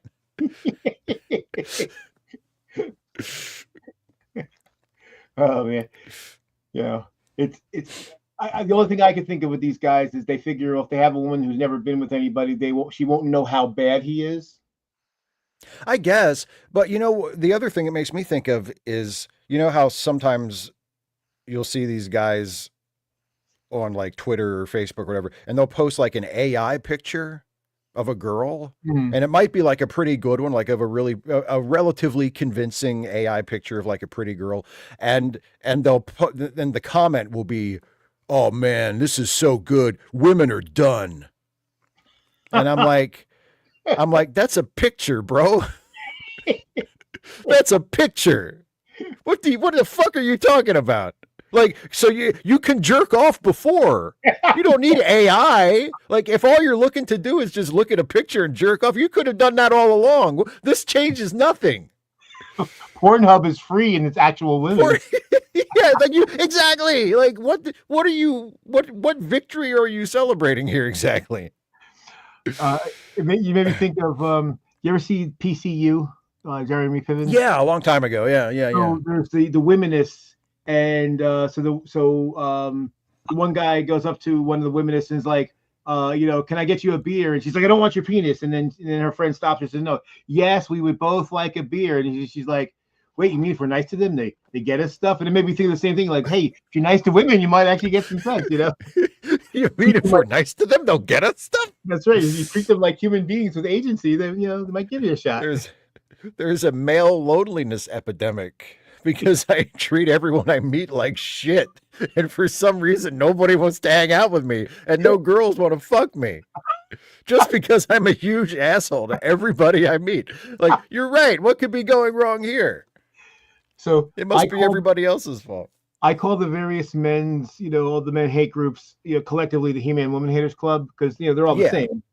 Yeah. But it's funny because they get angry if you call them the wrong one. They get pissed off, But it's hysterical. Yes. But dude, you were indistinguishable.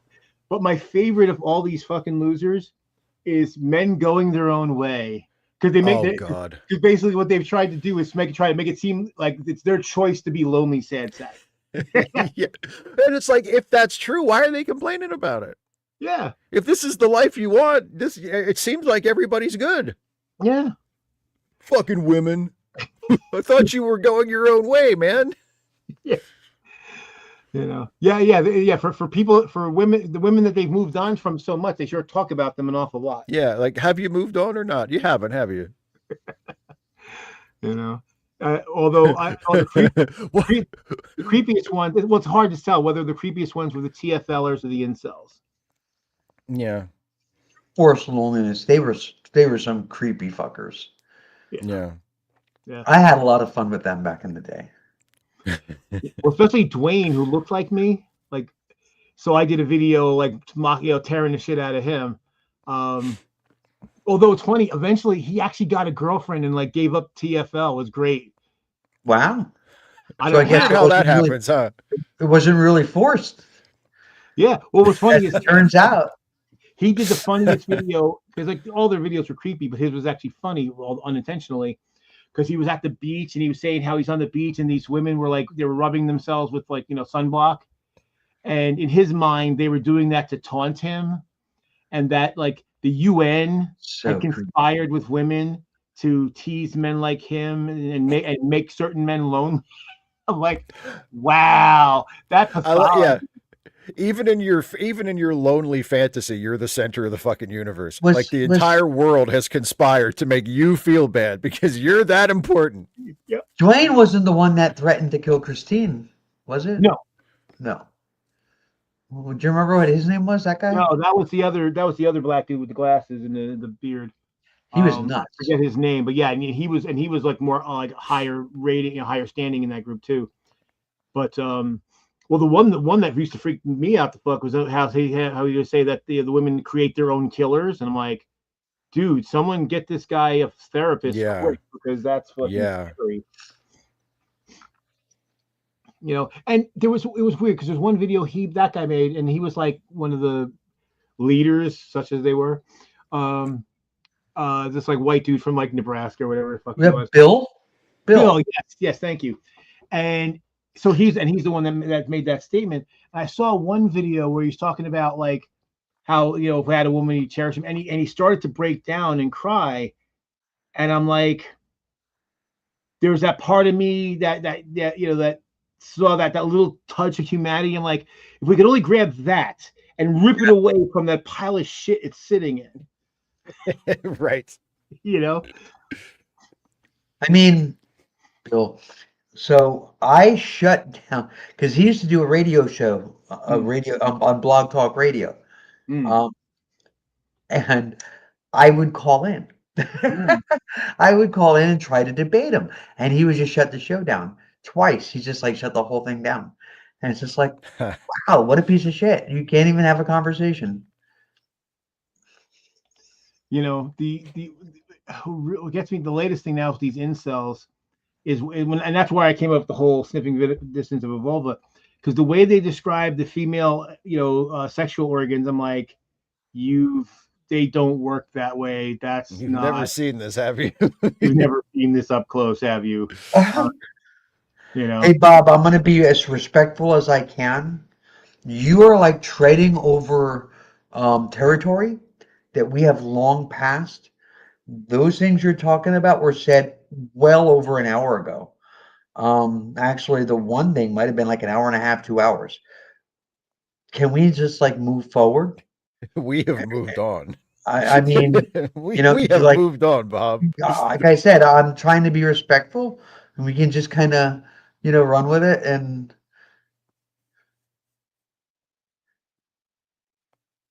Oh, I see. Yeah, we moved on to a completely different set of losers. Yeah, I mean, if you want to, and I don't know, Lisa, I don't know who you are.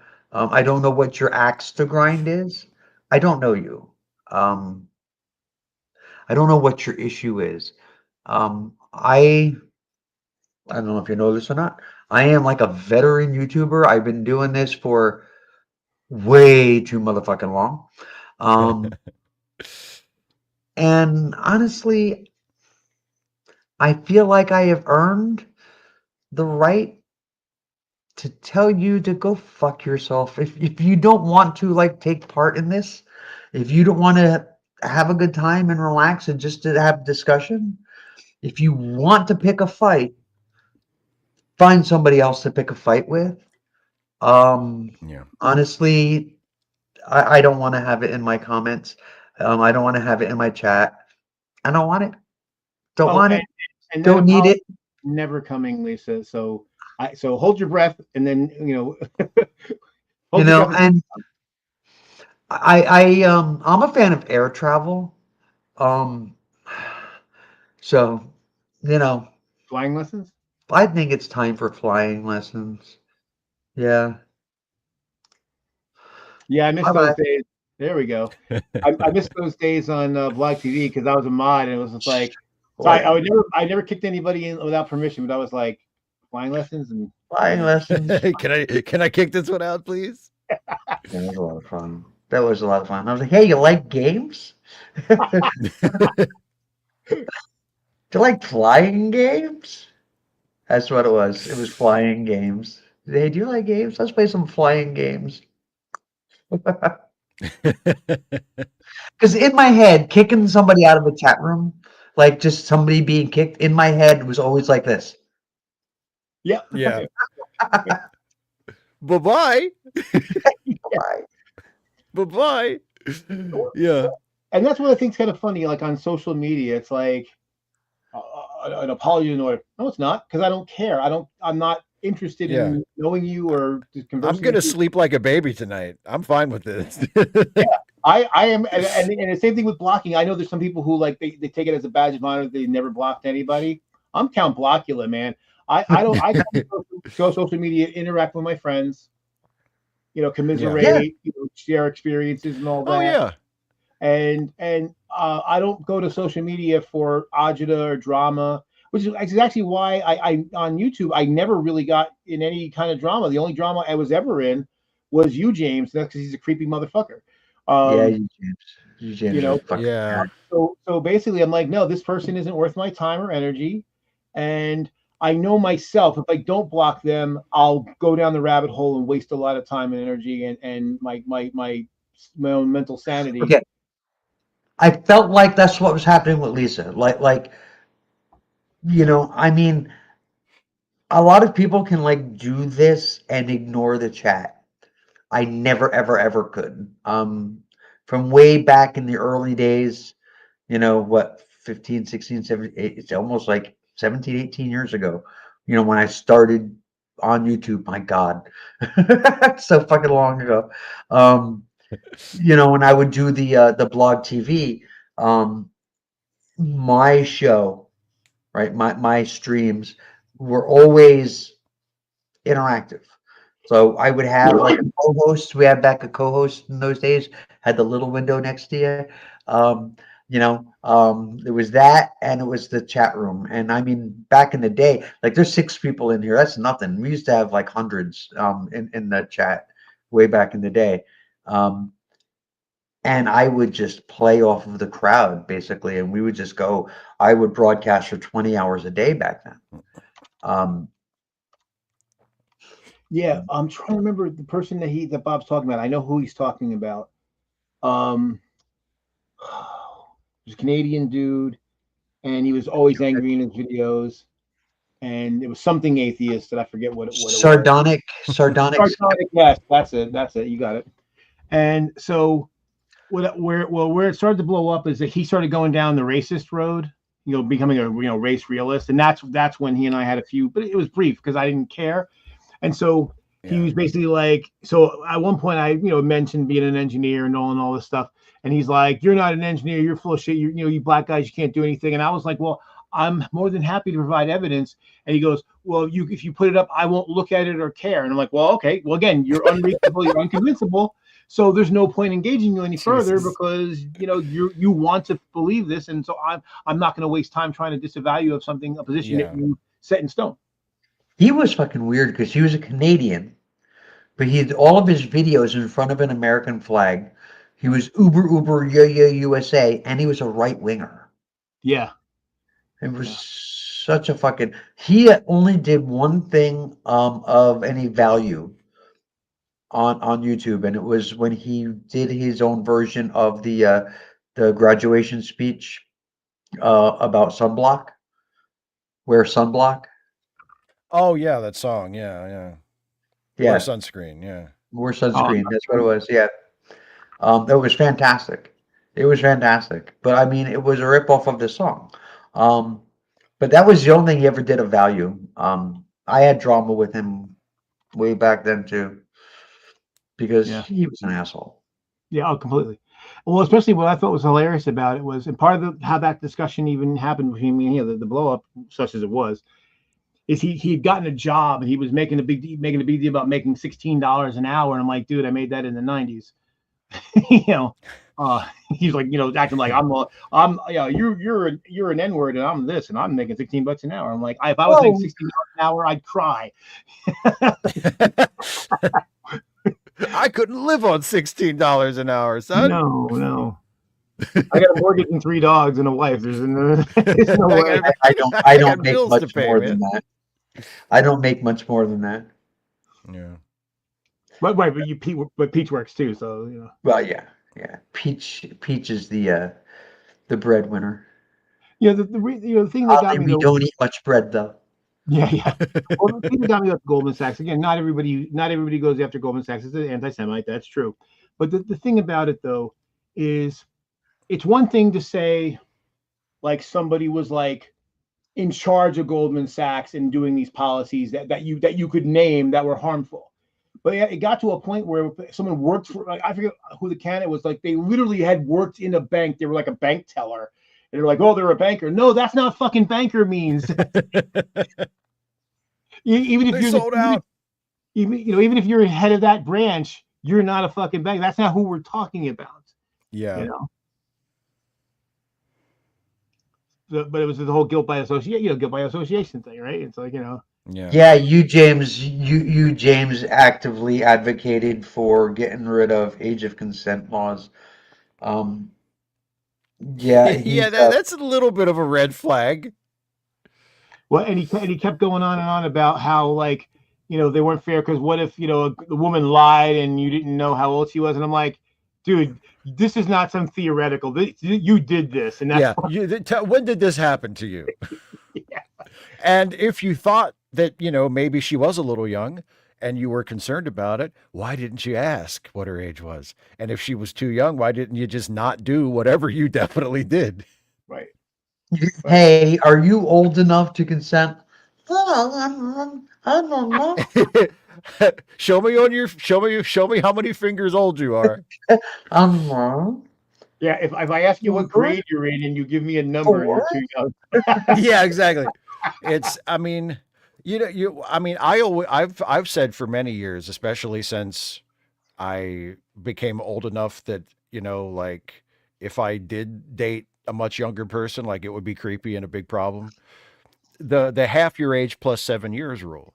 And I've mentioned that to people before, just like, well, you just give yourself like your own personal age limit, and it's no one younger than half your age plus 7 years. And I've had some people go, well, that's what are you talking about? That's ridiculous. Like, what if I meet someone who's younger than that and they're great, but I'm not allowed? I'm like, it's you making the rule, man. Right. Nobody's stopping you. If you meet someone who's like a year younger than that, but you think she's awesome, like, right. It's you making the rule. It's just giving yourself a guideline so you don't fuck up your life or turn into a creep or get in trouble or something. Like, you set the rule at 10 years. right? 10 years is your thing. That's the 10 years. And then the next day, you meet somebody that's 11 years younger. No! I already made the rule. Why? Why does fate mock me? Exactly. It's like, but well, yeah, Joe, you and I've talked about this a couple of times. When I, through my own decision, decided to stop using the word stupid in the title of my videos. Like, nobody made me do that. Nobody forced me to it. I thought Some that was friends of stupid. mine. I see what you did there. But like, some friends of mine had kind of prevailed upon me and convinced me. And I said, you know what, I'm going to do this. Nobody like forced me to do anything. I chose to do it. And there were people when I first did it that were like, oh, I can't believe it, man. No, this is just bullshit. This is like the thought police. I'm like, just calm down. Okay. Nobody, I'm not the oppressed person you're looking for. Okay. Like this is something I wanted to do for myself. Right. Nobody's and I never told you that you couldn't say anything. If you think that you still want to use that word, go ahead. I'm not saying it's the N word. Right. I'm just saying I'm going to try not to say it as much. Like if you don't want to, if you still want to say it, go ahead. I'm not going to fucking like, and even if and here's the thing, even if I did think that you were an asshole for saying the word stupid, if we don't know each other and we're not friends, what the fuck do you care? Right. What the fuck do you care? What some stranger thinks about your vocabulary? Yeah. Well, and the thing is, and I was one of the people who like I didn't agree with your reasoning, but I respected it because again, it was your choice, right? And again, as I said, I felt like after you did, it actually made that series better because it actually opened up some vistas for you, and it actually one you could also go into the positive direction, and you also got more actually opened up more adjectives than just stupid, and I was like, the show actually got better, and I was like, wow, I was completely wrong. I was wrong. Now I've just got to figure out a way to make fucking Star Trek videos without finding a way to shoehorn the word actually into the title. And I'll be home free. Like, shit, how can I phrase this in a way that includes the word actually, since for some reason I made that the gimmick of this whole fucking series. So, gimmicks. I had decided while I was planning the show this evening, while I was upset and frustrated and I knew I was going to eat ice cream, that I was going to say that tonight's show was brought to you by ice cream and frustration. And I've decided every Friday when I do a show, it's going to be brought to you by something. So that's my little thing I'm going to do for every. Isn't that right? I think that's great. Yeah, you need that, something. There's that. And the fact that I decided I'm going to do this every Friday too, and I got to find a new name for it every week because it's not always going to be the jambo-kerfuffle. I think it might be always some kind of kerfuffle though. So Friday night fights. What was that? Friday night fights. Friday night fights. Yeah, it's got to be some kind of a kerfuffle. So I don't know. Next week might be kerfuffleicious. I don't know. I like that. Right, that's a good one, right? Very good. Yeah. And also, I've also decided we don't talk enough about Star Trek. We talk a lot about Marvel, but we don't talk enough about Star Trek. So everybody talks more about Marvel than they talk about Star Trek. It's true. That's always been Star Trek's problem. Everybody's always talking more about something. It's never been Star Wars. You know what I mean? Like it's always been the. I'm looking forward to Strange New Worlds coming back this summer. Oh, me too. Big time. Apparently though there's no release date yet though. Yeah, it's just summer. Yeah, there's apparently. Can you be a little more specific? I think it's July 25th. I think it's July 25th. I think they're at a convention. They're going to air. That's right. I saw that. And that's going to be that's going to be the big, premiere. And then TV is going to be sometime after that. And it's like, okay, sometime like fucking when? Like the next day? When? I want it. I need it. I mean, I don't want to say I didn't like Discovery. Discovery was disappointing to me. it was just especially his first season, everybody was just so fucking angry. First season was kind of rough. Yeah. Um, I mean, I came to like it, but I also always acknowledged that from the beginning it had problems that it never really figured out how to fix. Like, Right. Discovery's big problem with me was because they went for the typical streaming series, like it's going to be just one serialized story for the entire season. They just never figured out how to do that. And that's not I mean, lots of streaming series have the same problem, but like Discovery it just never figured out how to tell however, no matter whether it was like 13 episodes or 15 episodes or 10 episodes, because they had different episode numbers for different seasons. They just never quite nailed it. And after like 5 seasons, it started to get a little disappointing, where I was like, how have you not Figured this out yet? Yeah. Now, I mean, I get what you're saying with that. And yeah, I guess to a degree, I agree with that to an extent. My really the biggest thing was every Star Trek show until that point, the cast is like this ensemble and it's a team. And it's always like, oh, we need to get this done, whatever it is. What do you got? What do you got? What do you got? What do you got? And they all do their thing, right? And Discovery's like, oh, we need to get this done. Yeah, well, go fuck yourself. I don't have time. Well, I don't have time for you. And it's just like, well, that's not very Trek-like. Well, and that's what does it for me.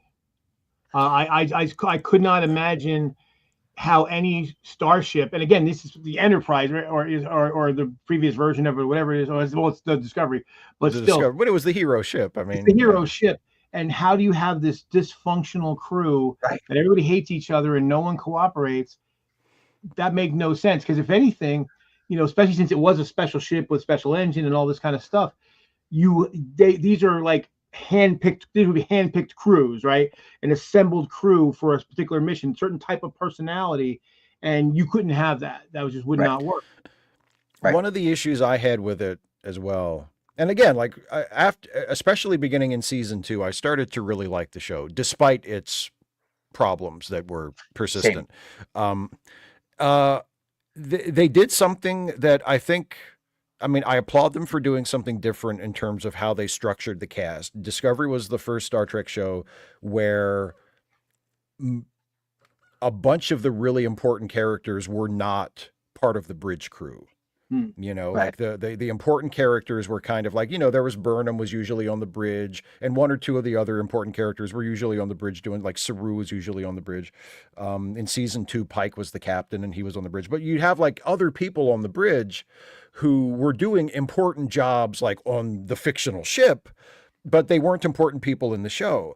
But the camera would keep like cutting to them as though we should care about them. And it took a few episodes to even start to remember their names, let alone like, okay, wait, who is this guy? Why is he important? What's his thing? Yeah. And it's like, and one of the things I loved about Strange New Worlds when it started was, I mean, by the end of like the first scene with everybody on the bridge, I'm like, okay, I know who these people are. Like, I don't like, I mean, one of the criticisms of Strange New Worlds from some people was, well, Lieutenant Ortegas, who is she? Well, I mean, I feel like I know who she is. Like, I don't know her fucking backstory. I don't know where she grew up. I don't know who her parents were, but I know who she is. I know her personality in a way that I didn't ever feel like I knew a lot of the people on Discovery, unfortunately. So they didn't go deep into Ortegas for a reason that had nothing to do with the show itself. So during filming, her husband died. I did know that. Yeah. So they didn't get into a lot of stuff with her. Season 3 is she's supposed to be a bit more active. And I mean, and that would be great because she's one of my favorite characters on the show. But like, they tried to with Discovery in I think season 3 after they made the jump to the further future. They tried to give one of the helm officers, Detmer, Lieutenant Detmer. She's the redheaded woman with like the eyepiece thing. They tried to give her a little storyline It's like kind of like a PTSD thing where like she was piloting the ship when it crashed, and like being a pilot was like her big thing. And when she crashed the ship, it kind of, she experienced trauma as a result of that. They tried to give her like a storyline for that to kind of flesh out her character. And they did okay with it, and it was nice. It was almost like, well, I'm glad you're making the effort, like after 3 years, to at least like give this character something for me to latch onto so I can feel like I know her a little bit. But even after that, it felt like I don't feel like I really I have less of a handle on her than I had on, like the Strange New, like the fucking Hemmer, the engineer that was in the first season of Strange New Worlds. Like I feel like for whatever reason, the way they write that show, the way they just present that show, I feel like it's just much easier to get a handle on the characters. Yeah. So it's like even if I don't know every single fucking thing about this guy, I feel Well, like I I mean, have a handle Discovery on him. was just so different than everything else that came before. And Yeah. Strange New Worlds really does kind of fit into the mold of some of the earlier shows. It's more of a It's more familiar. classic Star Trek show. Yeah, Yeah. Yeah, that's yeah. and I And was that so happy to doesn't see hurt. that. Yeah, I was so happy to see that. I mean, I actually felt. I mean, Pike is. I mean, he's He's hot. the best. He's the He's best. hot, Well, yeah, he's a good-looking dude. I mean, Pike's one of my and he's examples cool. that I've and he's a He's cool. good like he's a if you connect to the show in this way, he's a guy that you could imagine enjoying working for. Yeah. Like if you were on Right. his crew, if you were on his enterprise, you'd be like, this is a good guy to work for. This seems like a good guy. But he's also, Anson Mount is also someone that I've used as an example of how different actors are today than they were when I was a kid. Because like Captain Pike is fucking jacked. Like he's not just in pretty good shape for a guy his age. He's fucking jacked. And you don't see him with his shirt off a whole lot, but you can tell. You can He's a tell. jacked fucking dude. And then you look at like William Shatner in the 60s, who was not in bad shape, was in good shape, but was not fucking jacked. Yeah. But No. now if you want to be an actor in Hollywood, and I mean men and women the same thing, like everybody's got to be in fucking amazing shape. Even if you're just playing a guy who sits behind a desk, like you have to be fucking jacked. You can't be like Cary Grant in the 50s taking off your shirt and just looking like a normal dude. No, you You can't do have that. to look like you're a bodybuilder. Right? Now, So one thing I was going to say real quick, we talked about like where Strange New Worlds hits in ways Discovery doesn't, particularly with Yeah. the number of episodes and everything. Oh, sure. I think probably the biggest strength of Strange New Worlds is it's the most Babylon 5 like of all the Star Treks, in that it's episodic like the old show. But the problem is with the original series, and that's my favorite. The original series will probably always be my favorite. But there was no continuity from like, and I'm not talking about like, the Picayune bullshit. I'm just talking about like, if the guy's arm got cut off this week, next week it's going to be an issue about, hey, I about my arm's gone, and that's one thing they've done in that way. So, and they haven't really built a real arc that we can see yet, but it's I think there's elements of it there. But there are through lines, right? Like the whole thing with number one, with her heritage, or her, and how she got in trouble and all this kind of stuff. So there's things that continue next week or the week after that. And I think that's important, so that there is some level of time advancing, some accomplishment, some change, right? And that's something that most Star Trek has been lacking. the musical episode, which like I know a lot of people didn't like, I loved it. I liked it a actually lot. have I have actually all the songs actually are on my phone, on my playlist. And I put I'm driving and I'm like belting out, talking about checking the warp coil. It's just fucking fantastic songs. It was And I a good did love the episode, episode. and But that's the other thing I really like. Yeah, go ahead. the following episode, Pike said to somebody else about, "Hey, at least we're not singing." Yeah. And it's just like, yes. That I mean, follow I through. think that's my favorite way of writing a series whether it's like a streaming show or a regular network show. I just think that's the way a TV series ought to be written, where each episode should be self-contained, because that's the format. You're doing one episode at a time. So like each episode should be its own thing instead of like a chapter in a book, but it should also have threads that tie it together. So there's you set up something here and you pay it off later. Right. You Old-fashioned introduce television shows don't do that. Yeah. Right. You Well, introduce something, and then it's not the main focus of this episode, but it's just there, and then it becomes the main focus, down the line, but we already know about it. Like I just think that's a really effective way to write television. And well, yeah, the only other Trek show that really did that was Deep Space Nine. Yeah. Yeah. Yeah. And the other thing that Strange New Worlds does that I love it for is that it's not afraid to be incredibly goofy, like the musical episode, like both seasons that have been released so far have had a wacky Spock episode, which I love, and I hope there's a wacky Spock episode in season 3 because I love the wacky Spock there's episodes. going to be the wacky Spock type episode is when everybody else becomes Vulcan. When they turn, that's right. They released that teaser scene where everybody turns Vulcan and Spock is like not Vulcan enough or something. Now, yeah.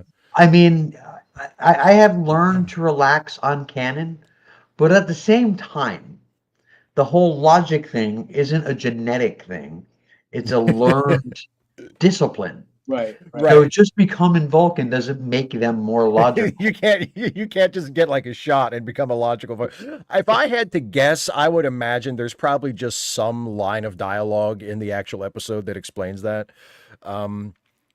But yeah, and then we saw from like the trailer that they released a couple weeks ago, apparently there's going to be some kind of a holodeck-like episode where they're like in a murder mystery or something, and they're all playing different characters. Like, I just love that, because like that's another thing about Discovery. Again, for all of the things I liked about it, it very rarely allowed itself to not take itself seriously and just cut loose and do a goofy episode.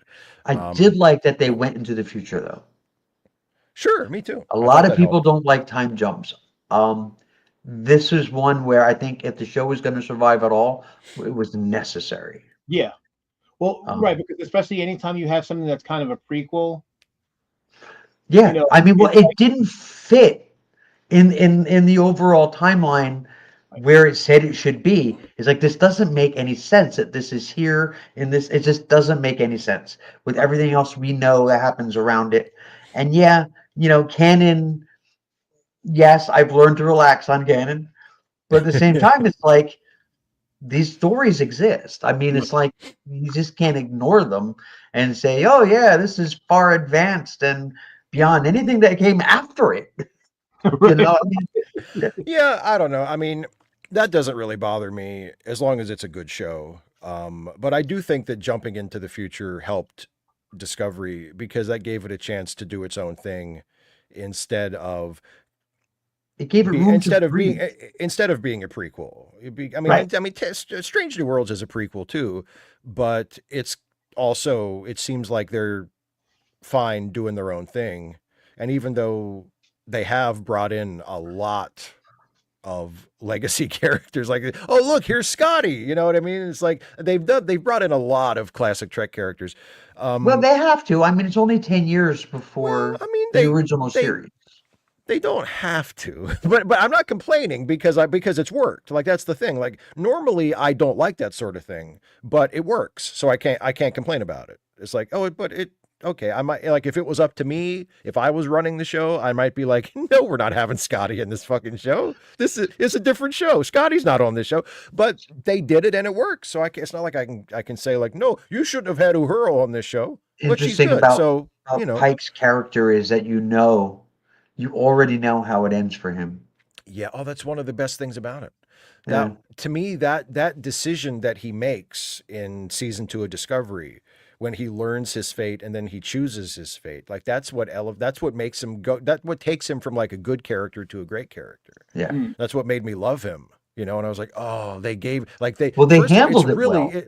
it's really cruel writing to write that into the show, to not just make, because before it was like, well, the Star Trek nerds know how he turns out. We know his fate because we've seen the show, but to write that into the show and make it like this Greek tragedy where he knows this is going to happen and he chooses it because for the greater good, he says, I will accept my fate so that we can complete our mission.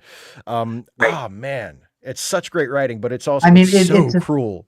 It's a thing that you would assume would be very restricting, but the way that they handled it gave him all of this freedom. Right. Well, and that's the thing too, because he knows when his end's coming. So in a way, it's almost like, well, I can, it's not, most of us. I can do this thing because I'm not gonna die.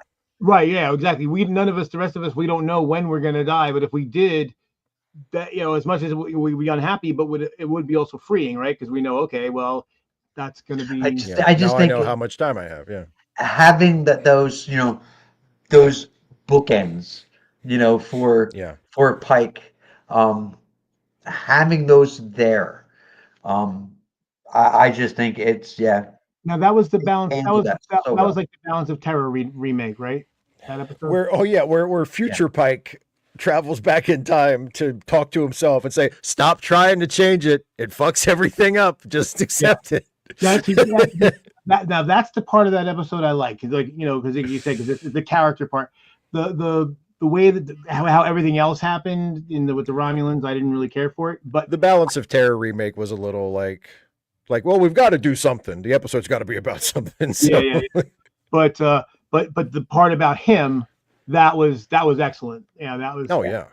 And I didn't watch the musical one only because I despise musicals. So, I mean, I don't like musicals either, but I thought that was a really well handled episode. And again, like it's nice to see it do a goofy episode. People just like, oh my God, Star Trek! How would Star Trek have been so stupid that they would have it? This whole thing was presented in a very Star Trek way. It was just like, there's this space anomaly that they decided they were going to putz with it, and bam, they ended up in a trap.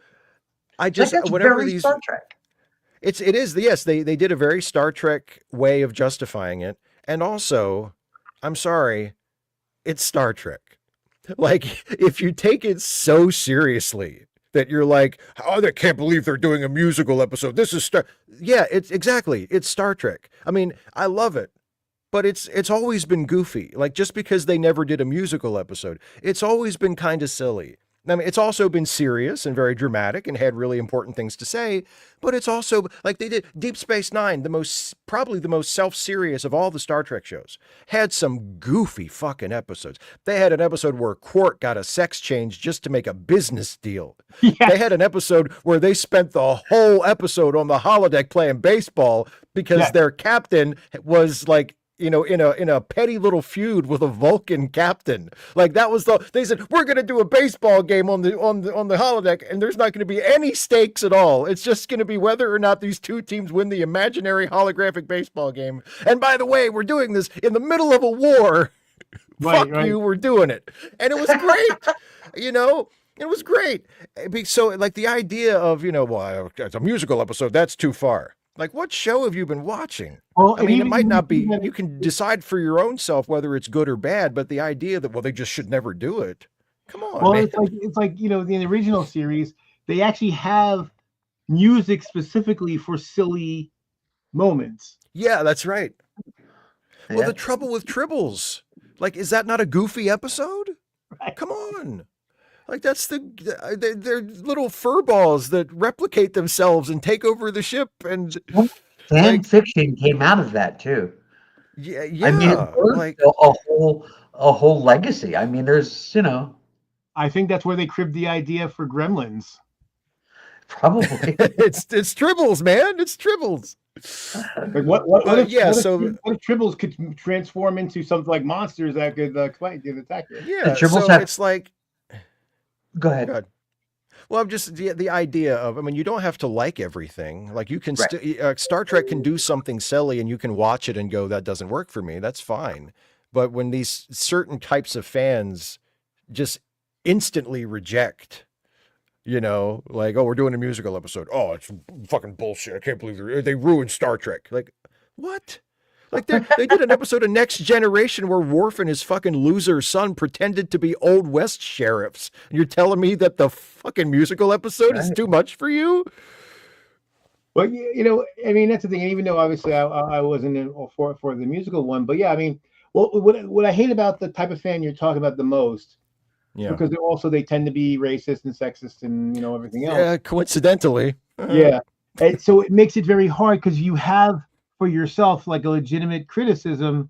It's like, well, I'm going to be very tepid about my criticism because I don't want to get the stink of sound like one of them on me. Yeah. And I mean, that's one reason. That's one reason why I mostly keep my mouth shut about Lower Decks. I think most people who follow my Star Trek stuff know that I was not really a fan of Lower Decks, but I don't. I've tried. I just didn't think it was funny. And it put me off with all of like the Easter eggs and the constant references to other stuff. And it's not my cup of tea. I just didn't like it. I didn't think it was very good. Right. I did think the Lower Decks crossover episode of Strange New Worlds was good. Yeah. Yes. I think that tells you everything you need to know about the show, that I thought the best episode of it was an episode of another series. I liked Prodigy. Prodigy's great. I love Prodigy. It's like Star Trek for kids. I love Prodigy. It's really what it is. It's Star Trek for kids. Yeah. I thought Prodigy was brilliant. But like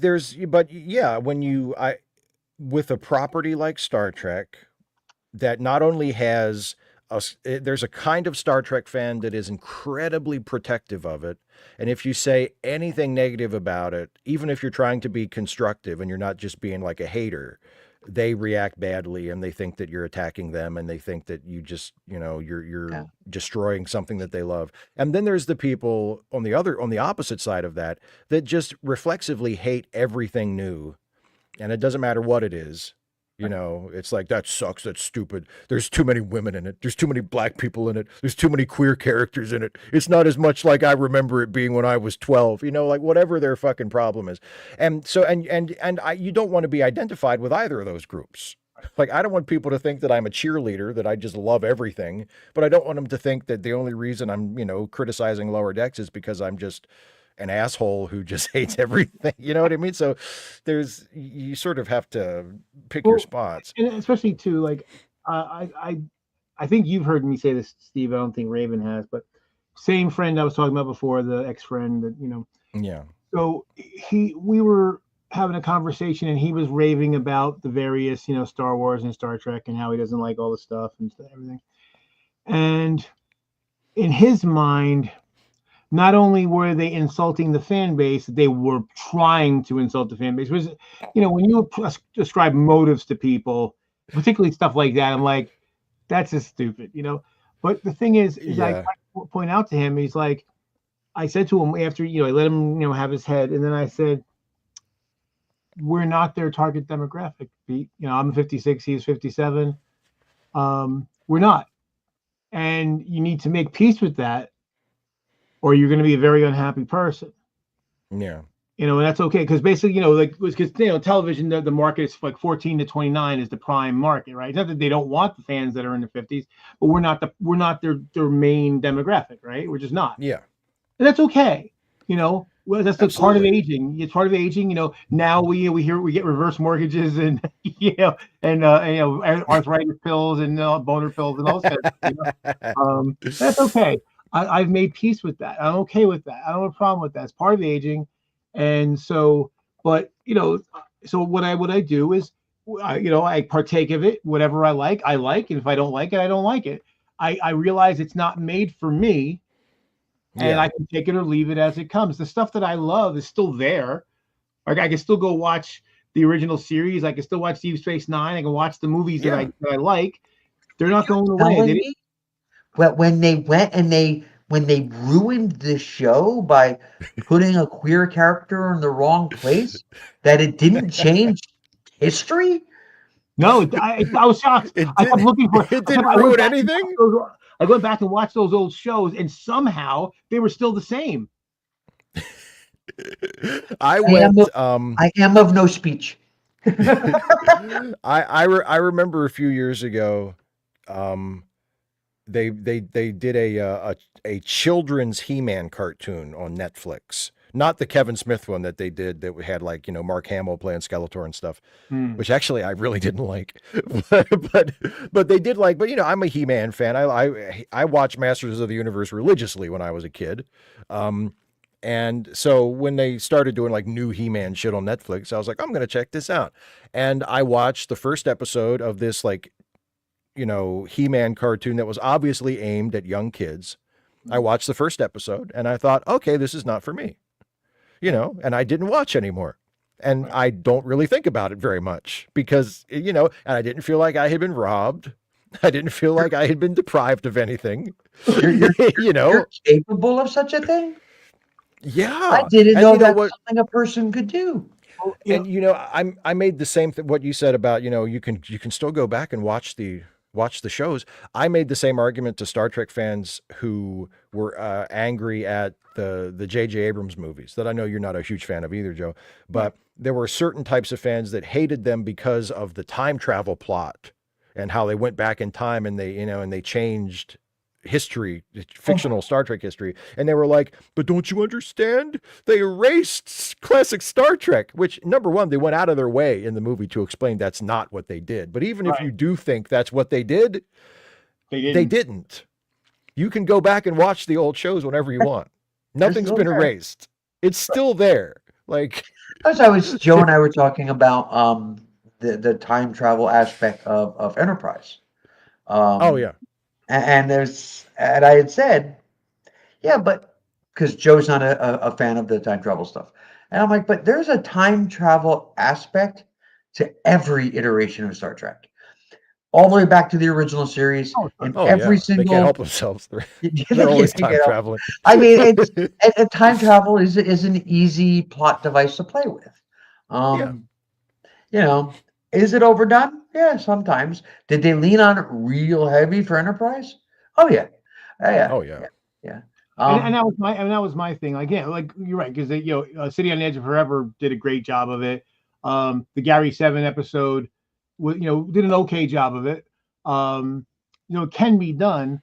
It's just that when it gets used too much, then it's just lazy. Just a lazy plot device. I'm going to do go back in time, or in Deep Space Nine. Again, I love Deep Space Nine.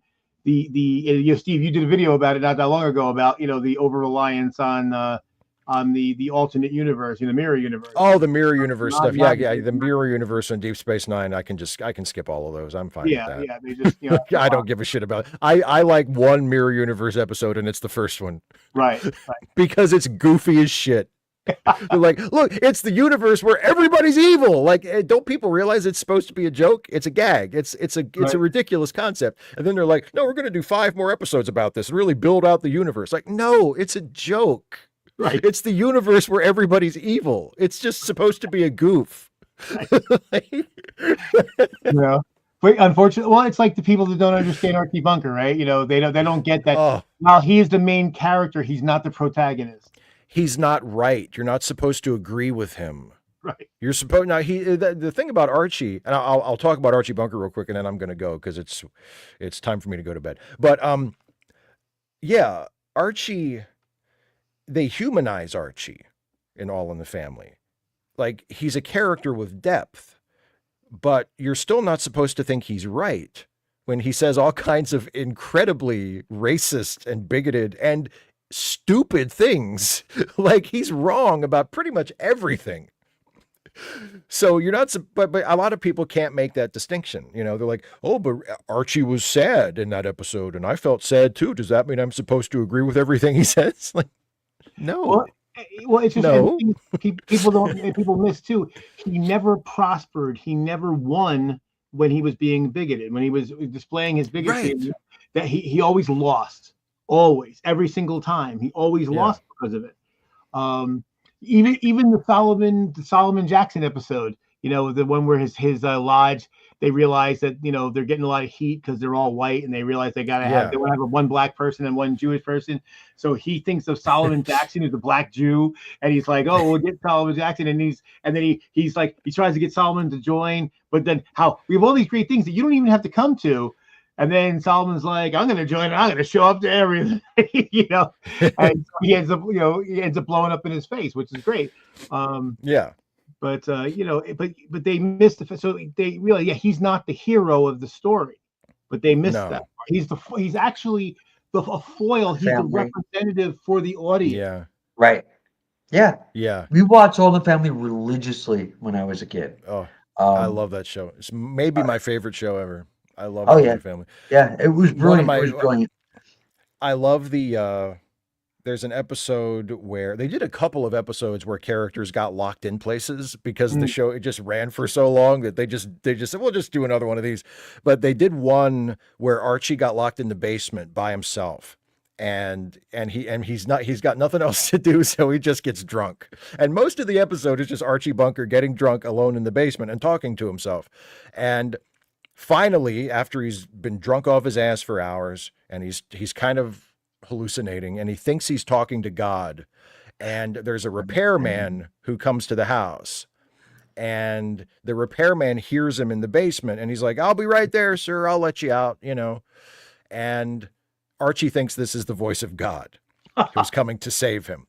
So he's like, taking off the blanket that he had wrapped around himself, and he's hiding his whiskey bottle, and he's fixing his hair, and he's like, I've waited my whole life for this. And the repairman comes in, and it's a black dude. And Archie turns around at the guy he thought was God, and it's this black dude standing there. And Archie looks at him like dumbfounded for a second, and then goes, forgive me, Lord. Oh, that's brilliant. It's just great. Yeah. It's really, it is the most woke show that's ever been on TV. That's the funny part. Oh my God. People who complain about how quote unquote woke shit is today. Like, this show started in like 1970. You have no idea. So I know you're going to go, Steve, but if you give me a minute and a half, of course. The people in the role playing game sector, the D&D type games, it's the same thing. So what's been happening over time is two things. One, the combination of sensibilities are changing, and two, they have made it allowable for you to play species that heretofore you were not able to play. So orcs, which you know what an orc is. Orcs were always like in the back in the day where they were just evil and brutish, and they were just always bad and blah blah blah. Well, now they have it that orcs are not automatically bad. They could be bad, they could be good, like any other species. So basically, really, they have more depth.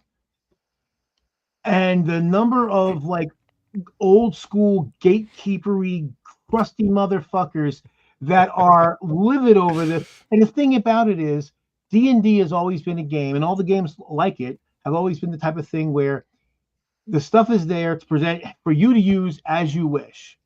So even even in the day when orcs were supposed to be all bad, sometimes orcs weren't always bad. Occasionally you'd run into a good orc or a good goblin or whatever. Because again, they call it the Dungeon Master's Guide, not the rule book. It's Dungeon Master's Guide. It's like give you here's an idea of how to do this, but it's really up to you. And so I'm like, well, you can make orcs in your campaign any fucking way you want. No one's stopping you. Wizards of the Coast is not going to your house and take your books away because you're still playing it the old way. You just don't want other people to play in a way that's not the way you play. And exactly. That's gatekeepery bullshit. And as old and crusty and curmudgeonly as I am, I'm not with that. I'm not, No.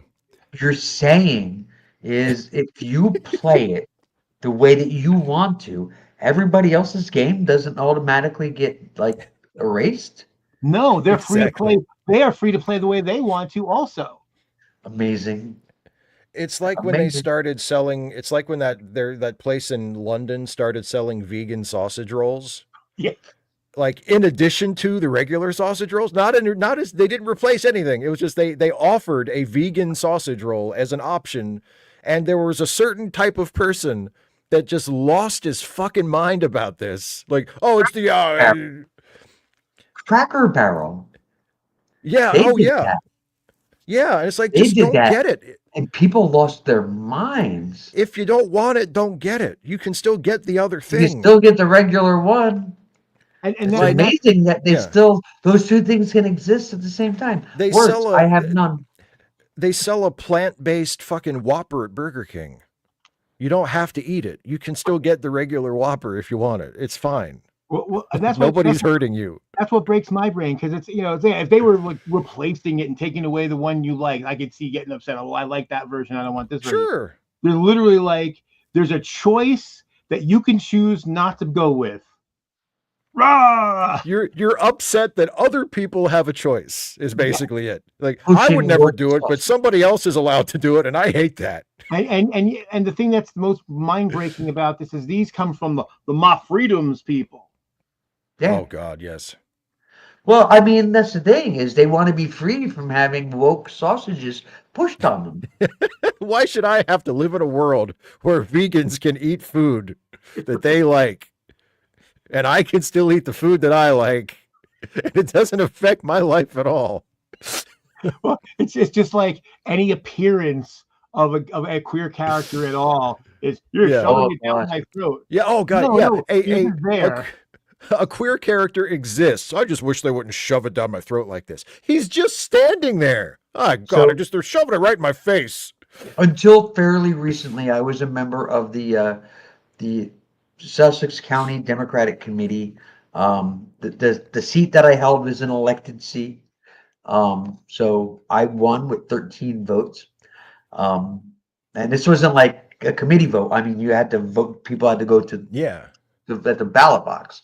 And I won with 13 votes. I was one. Peach was another one. 11 other people voted for me. But anyway, so I was on that committee for about 8 years. And I walked away from it for other reasons.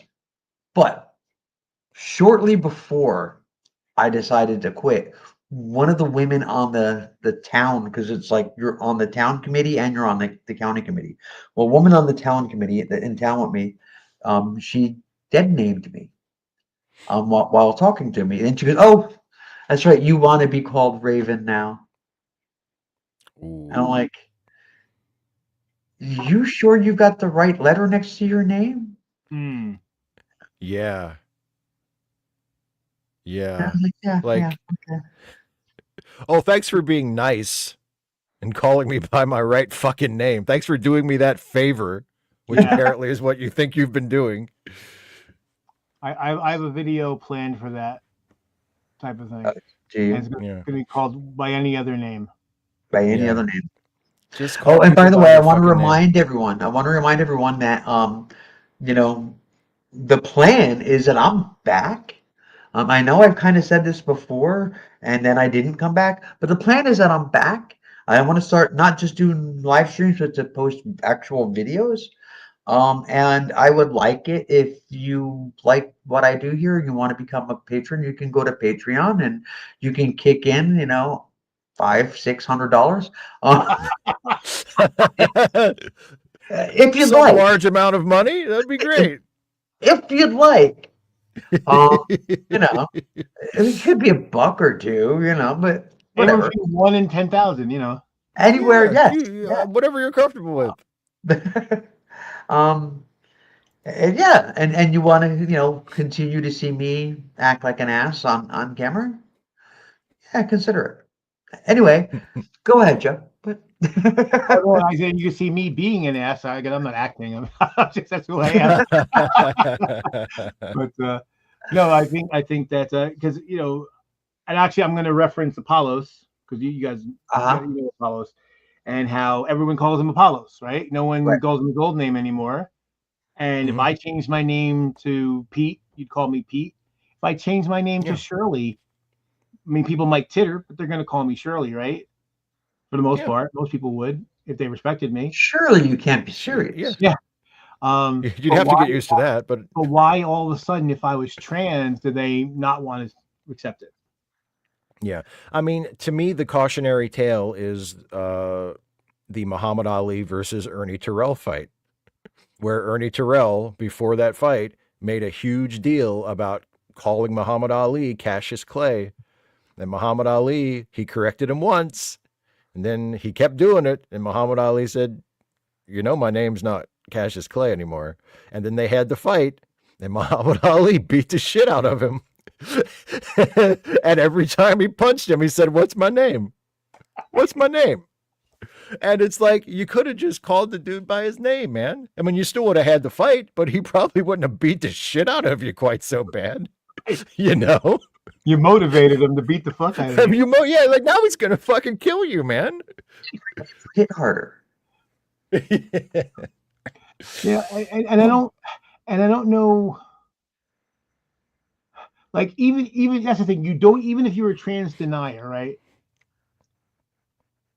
You can still say, well, that's the person's name now. That's Right. that's all it takes. Yeah. Particularly because they're so big on your legal name. Well, if that's your legal name, well, especially if you say your legal name, it's not a nickname. My name is this now, so you fucking call me by my name. Exactly. And like that's not even, nobody's even asking anything of you. No. Like it's not a special favor. Just call people by their fucking name. Yeah. Well, You know? well, I think what's kind of accidentally comical, but this whole thing of that they're trying to put through of that, you know, everybody has to use your name at birth. I'm like, well, there's millions of women who've taken their husbands' names. Yeah. And that's what the trad men want of their trad wives. Well, Yeah. you just said that they can't. Go ahead. Go ahead and pass that law. Go ahead. Yeah. Fuck. But that just shows when you're not too bright and you're so fixated on your hate that you don't stop to realize, you know, the law of that may be the best hope our democracy has at this point. Just how incompetent these people are. Well, all right. I'm taking off. All right, Steve. It's awesome. All right. Thanks. Thank you for joining inviting us. me, Raven. Of course, it was my pleasure. I would love to come back. Oh, and before you go, Steve, yes.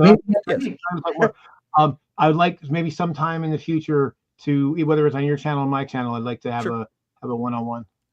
I would love that. Oh, I'm sorry. Am I interrupting too much?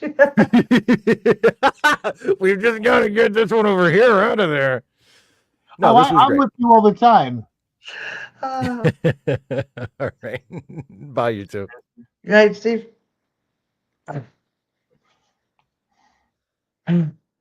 Anyway, so now what? I think it's just a clogged filter, but my air conditioning, well, we got a new HVAC system put in last summer, and it's not doing so hot, which sucks because now it's hot. But I think I'm hoping it's just the filters, because I'm like, we just paid a large sum of money for this fucking system. So yeah, I had the air on actually for the first time this year, and it didn't get very cold. It's an old unit. It's an old unit. I mean, it was, you know, built into the wall when we moved in. I don't know how long it's been there, but it's been there for a number of years. I don't know how much it'll cost to see if somebody come in and maybe like charge it, but I don't know. Check the filters too. Yeah. Now, thankfully, when we got the central air, you know, Suzanne wanted to get rid of the wall air conditioner. I'm like, don't. And come in handy, because anytime the HVAC system's been out, we, you know, especially with dogs, if it was just two of us, okay, we just sweat a lot, but the dogs, they'd fucking die. So I want to get a mini split. I from what I understand, it's good for keeping things cool. Yes. For heating, it's pretty expensive. But to keep it cool, it's not bad. Yeah. A friend of mine has one of those. Yeah. My neighbor has one. And he's like, as far like summertime, spring, summer, fall, loves it. He's like, winter? Hell no. He's like, my bill is like $700 a month. It's like, yeah, no, fuck that.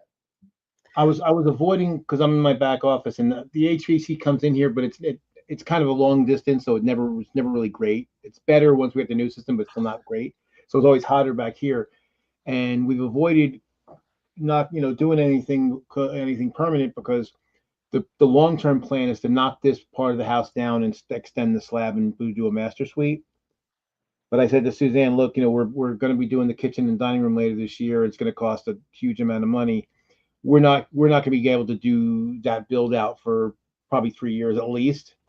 So I'm like, fuck it, let's get something just to make the office bearable.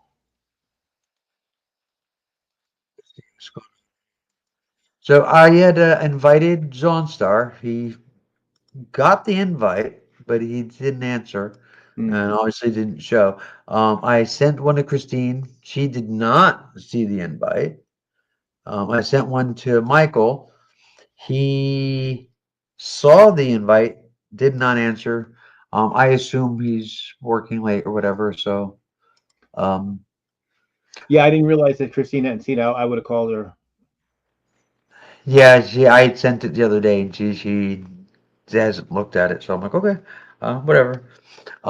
Any ideas for a guest we can invite for next week that might want to come on? Well, obviously, any of those people would be great. There's Zam. You know Zam? I was thinking about asking Zen. Zam would be cool. There's Ginger. Yeah. Yeah, I mean, he's kind of like really bashy against America these days, ain't he, though?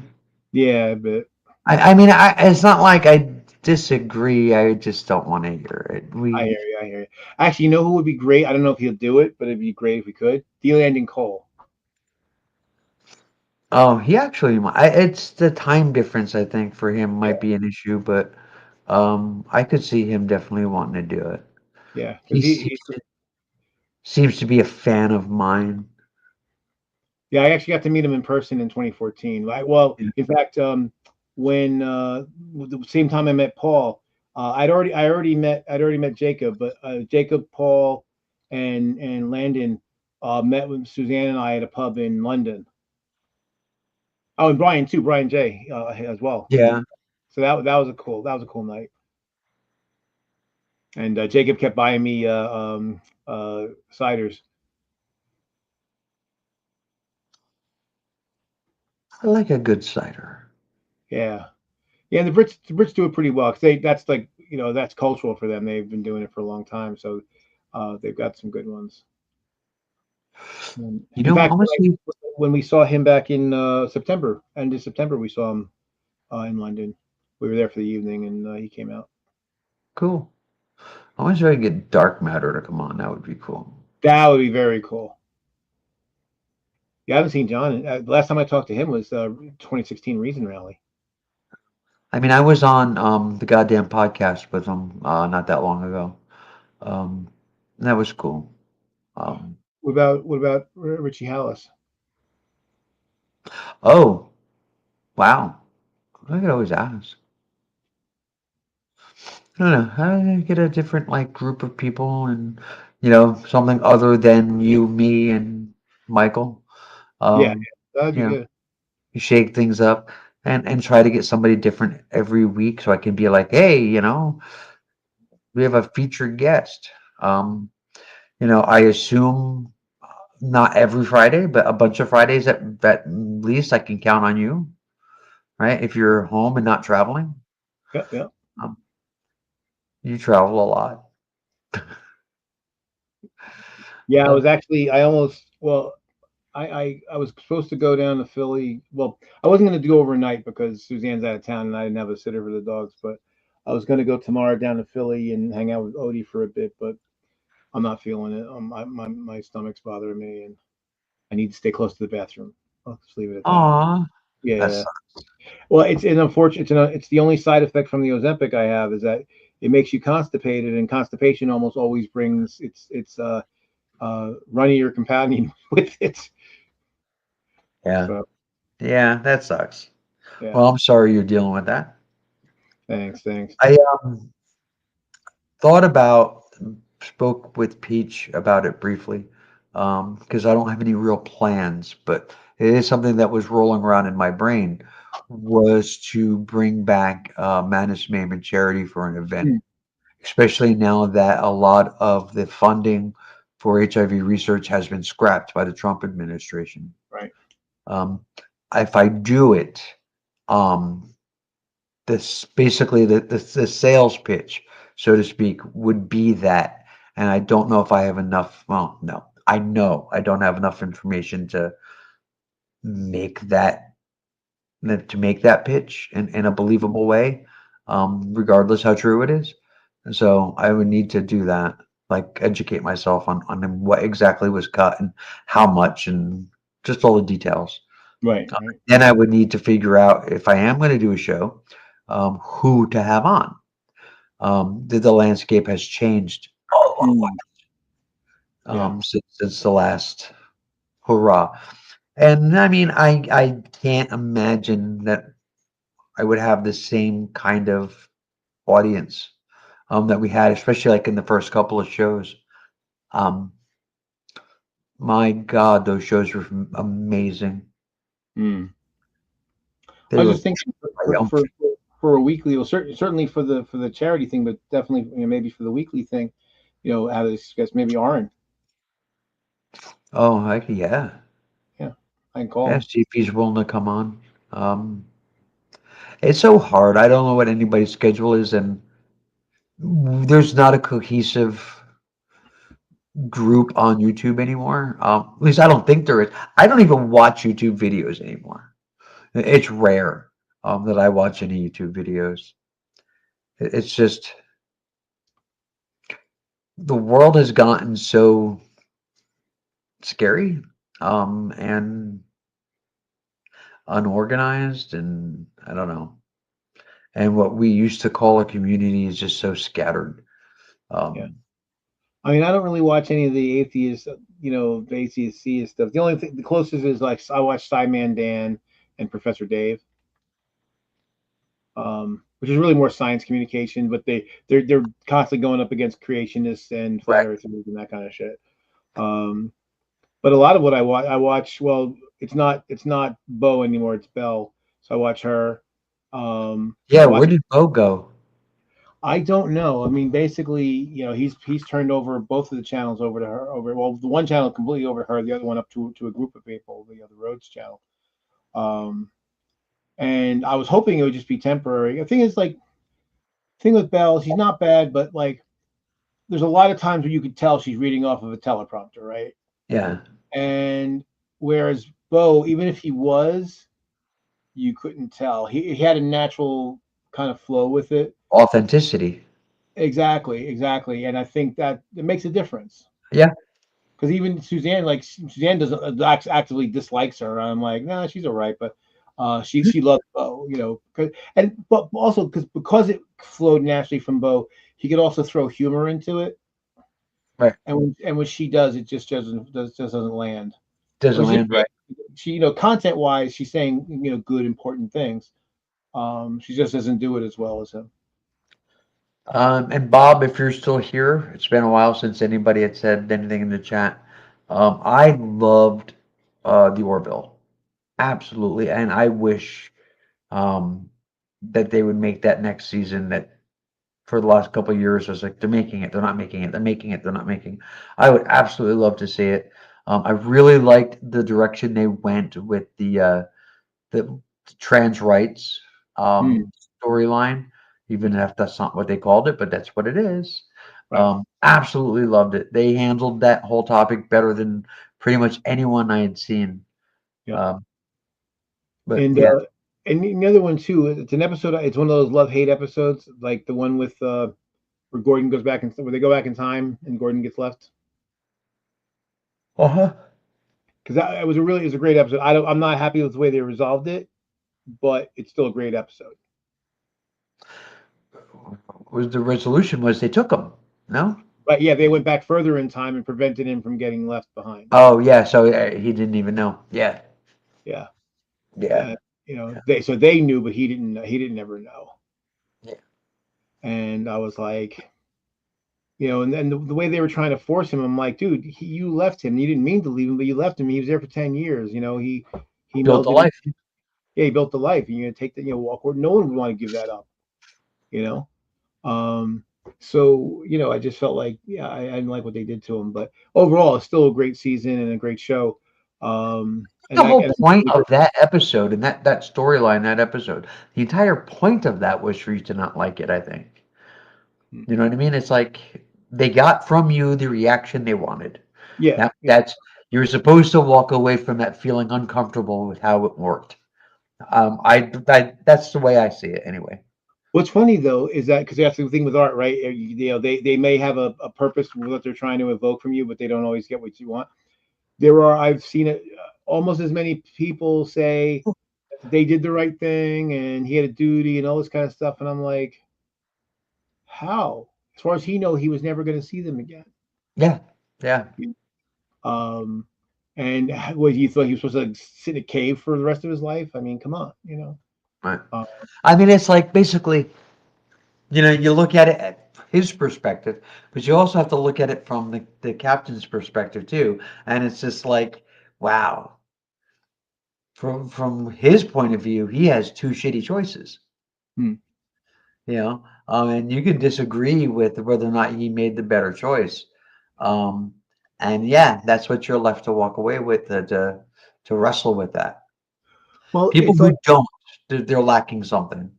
well, that's the thing. I mean, there's one of the mill blogger channels I watch. This guy, Ryan, what's his last name? I'm forgetting. Anyway, um, he he said, he was talking about like strategies when it comes to warfare. He said like you don't want to give your enemy problems, you want to give them dilemmas. Because in the dilemma, they've got two choices, and either choice there's some advantages, but there's also disadvantages, and if you do it right, the disadvantages are roughly equal. So it's like they got to pick one, and one there's going to be some bad side of it. I mean, it's like, the good writing is going to leave you, um, or lead to a position where the main character or the character in question is going to have a moral dilemma, and either choice is morally cloudy, and you're left to reflect on that. Right. That's good writing. I think that episode was excellent, Well, because and you're left uncomfortable. and while this is a different thing, but but it was a kind of in the similar vein, I guess I'll say. The final episode of Sopranos, Yes. the final scene, and there's so many people are like, you got to tell, they're so insistent that the creator of the show has to like tell them what the answer was, and it's like, no, that's for you. That's for you. That's your Tony choice. did. That's what I think too. Yeah. But there's people out there who thinks he's not, and they're no more wrong than we are, right? So, and that's the whole point. Like you said, it's like it's here's the art. You can interpret it as you will. Right. Here's all the evidence. Here's where everything lined up, and the screen goes black. You figure out what happened. That's right. And the thing about it is, unfortunately, where we've become in society, we've become so simplistic that a lot of people can't deal with that. No, they want the answer. They want the answer. They can't. You need to tell me because I can't do the math. Right. Right. And I'm afraid to do the math. Yeah. Yeah. No, Tony did. Yeah, that was my interpretation too. That it went black when he went black. I mean, the way they did that, especially like the very sudden going to black like that. I remember watching that the first time I saw it and getting, like this hollow feeling in my chest. And it was just like, oh shit. Tony dead. Right. Oh shit. Yeah. This conversation just reminded me of the first Timmy episode of South Park. Tonight. Because at the end, when people are like, "Oh, you're taking advantage," he's like, "No, Timmy, he's doing his thing. And whether you thought it was good or bad or you felt nothing, that was for you. Like it's your decision." And I was like, "Yeah, that's pretty cool." Yeah. I think that's that's the other part. Before we were talking about the people who just they don't like the fact that something could be a different way than they like it, and I'm like, well, you You can choose, and especially when there is a choice, right, where you can choose. Well, choose the choice that makes sense for you. And I get these discussions with people. I tell them, like, you however you like it is not wrong. That's right for you. Because we're not talking about objective fact. We're talking about opinion. We're talking about sensibilities. But you want everybody else to have your sensibilities, and everybody else's sensibilities that aren't yours are wrong, and that's the problem. You're a gatekeeper.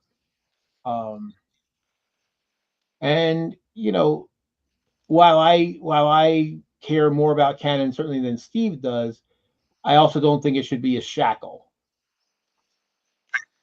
My biggest problem with it isn't even so much that you're ruining canon or whatever.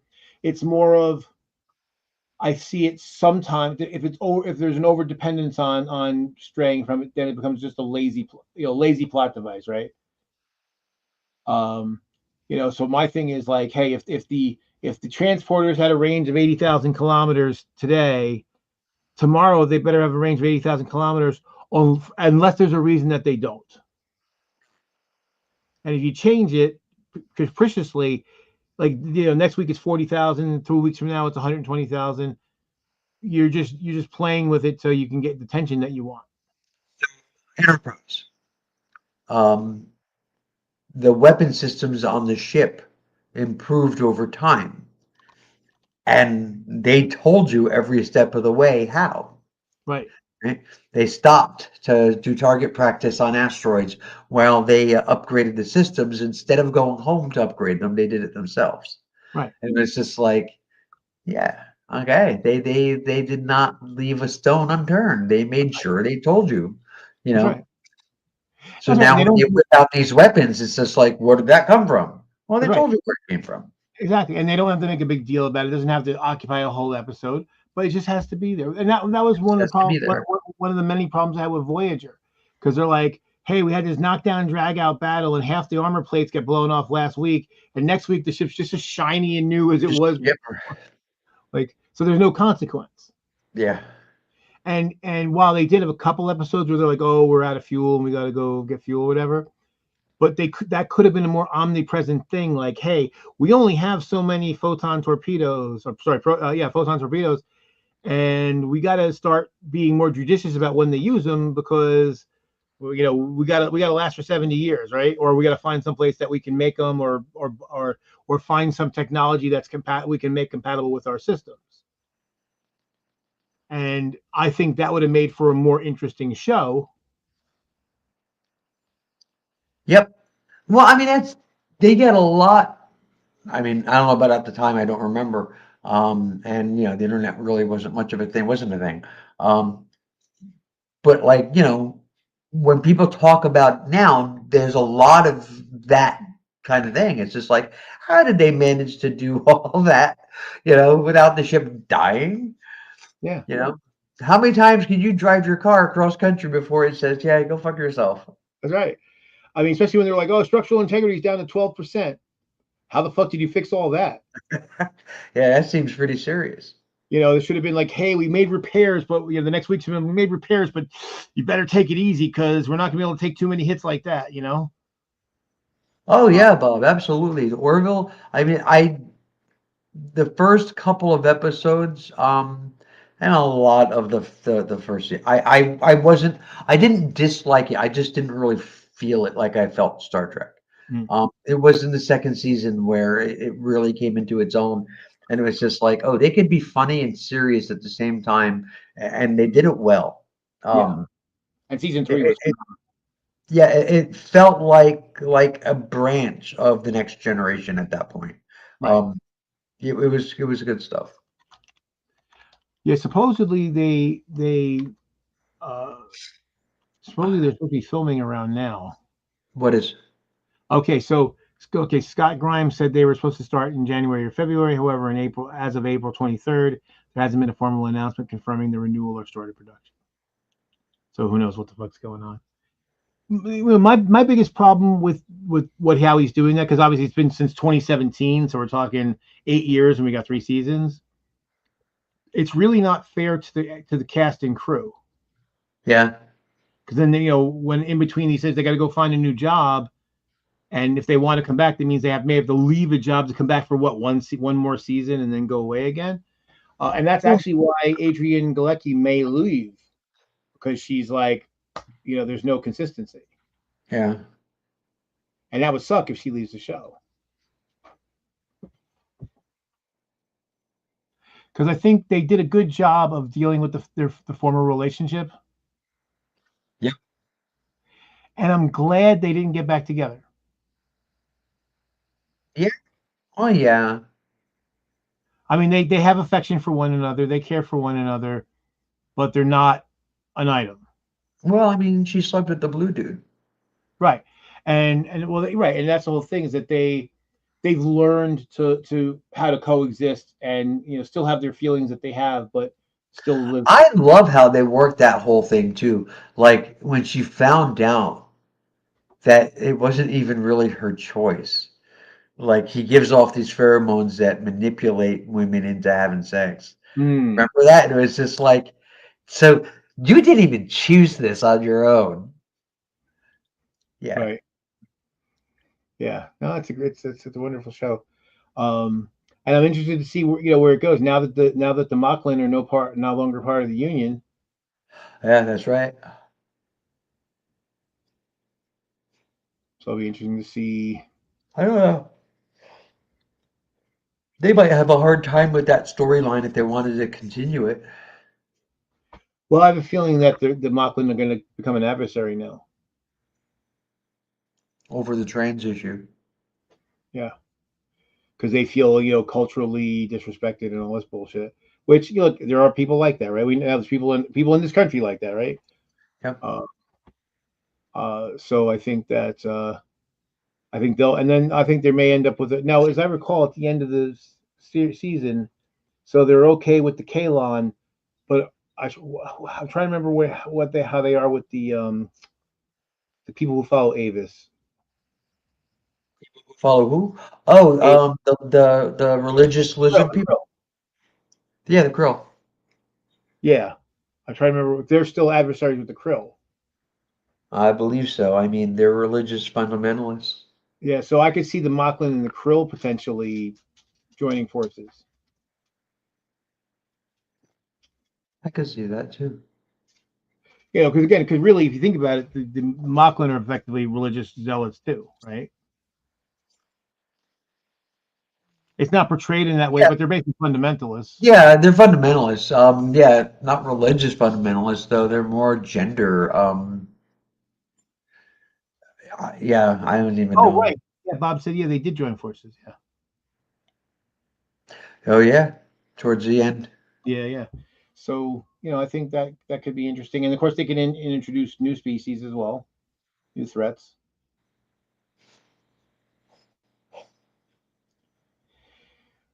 Oh, Sorry. excuse me. Yeah, that was contagious. I apologize. I was You actually go. really happy that the Orville existed at a time when Star Trek wasn't really Star Trekking very much. Right. I mean, Discovery was a bit of a disappointment, but the Mm. Orville was there, so that was good. The Yeah. Union. The Union, not the Federation. But it's the Federation. We know that. Well, it's like Yeah. 1239. Yeah. Well, one thing I was going to say too. One thing I like some of there was a lot of like cameo. The roles were too big for cameos, but you know what I mean. Like Ted Danson, having him on, um, and Bruce Boxleitner is actually the Union president.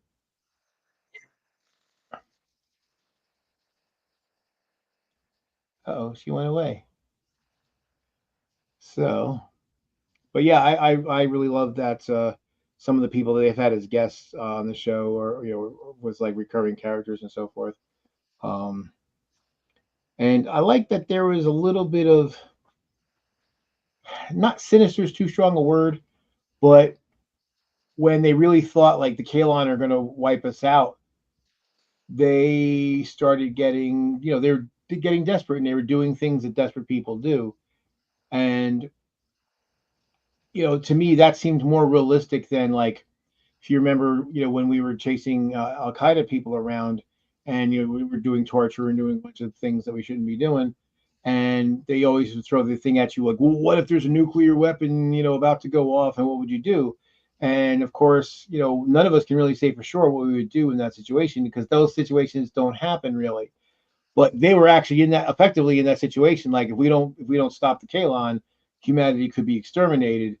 And so then things become morally gray, because they're like, well, we're literally fighting for our existence. Kalon would do. That was it. Yeah. Destroy organic life forms, the masters. Yeah. And that was another thing too. I actually really liked that when we ended up finding out why they were like that, it made total sense. Yeah, yeah. So I mean, they took to give a believable backstory to it, which was good. They basically took the consequence of Measure of a Man if the case had gone the other way, Yep. and said, well, this is what you're going to do, because you basically effectively produce a race of sentient machines, and you treated them like slaves, and eventually They're gonna kill you. they're gonna fight back. Yeah. And because you've taught them that all the people that they ever interact with treated them like trash, all their whole experience is that, well, then organic life is trash and we should destroy it all.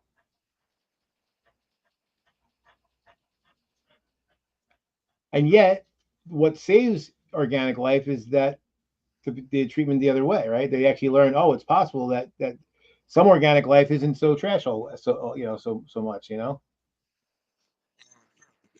were treating Isaac. Right, right. And that they can see, oh, okay, he's treated as an equal. He's treated as one of them, and no one's trying to make him a slave or command, control him. Disassemble Johnny Five. Right, right, right. And that's why Measure of a Man and The Offspring are probably, they're two. I don't know if they're two of my favorites from the Next Generation. I think Measure of a Man. The other one I don't know. The Offspring. Which one is that one? that was one he makes Lol. He makes another android, a female android. Yeah. Then the other ones that I like that are on my top of my list are the ones where Worf is basically accused, because basically they're going to declare his father a traitor, and he is fighting against, he and his brother fighting against that. And then when he restores the family honor, those are great episodes. But although my favorite Worf scene is actually in Deep Space Nine when he kills Gowron.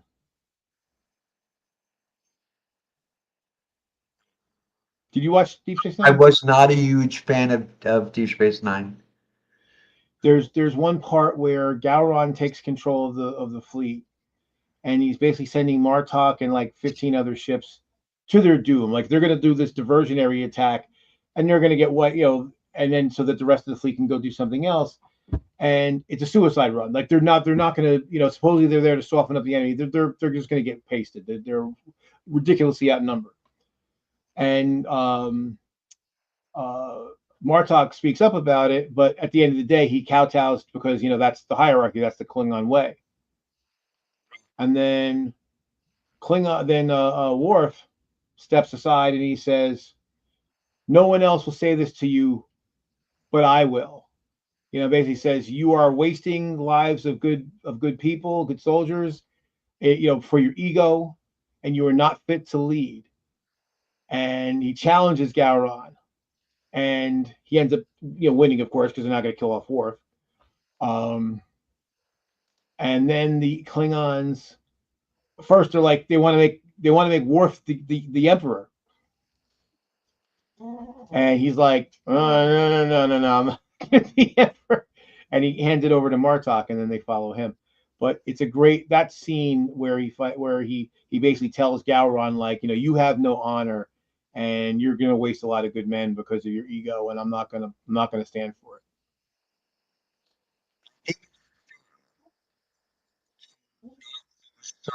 The fact that Worf is a shitty father. Oh, he is, without a doubt. And actually, in Deep Space Nine, they addressed that. And at one point, Alexander comes back, and he runs into Alexander. Alexander's trying to be the best Klingon he could be, and of course, he's shitty at it because he grew up with humans his whole life. And so Worf is very disappointed, and Alexander's basically like, "You're not my fucking father. You didn't do it. You were gone. You didn't pay attention to me. You didn't care. When you didn't even stop by to visit. Why should I care what you think?" And Worf has to take that on and realize that, hey, I was a shitty father.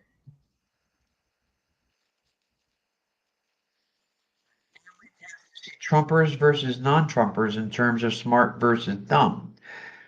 I actually also see it that way. I think that people who support Trump are pretty fucking dumb. Yeah, at this point. Yeah, because I mean, there's just too many things, and even the stuff he says that sound like they would be good if they were true, aren't even true. Demonstrably not true. There was the whole thing with Pete Hegseth with his wife and somebody else on getting like text about war plans. Hmm. Dog, stop, relax. My goodness, you're freaking out.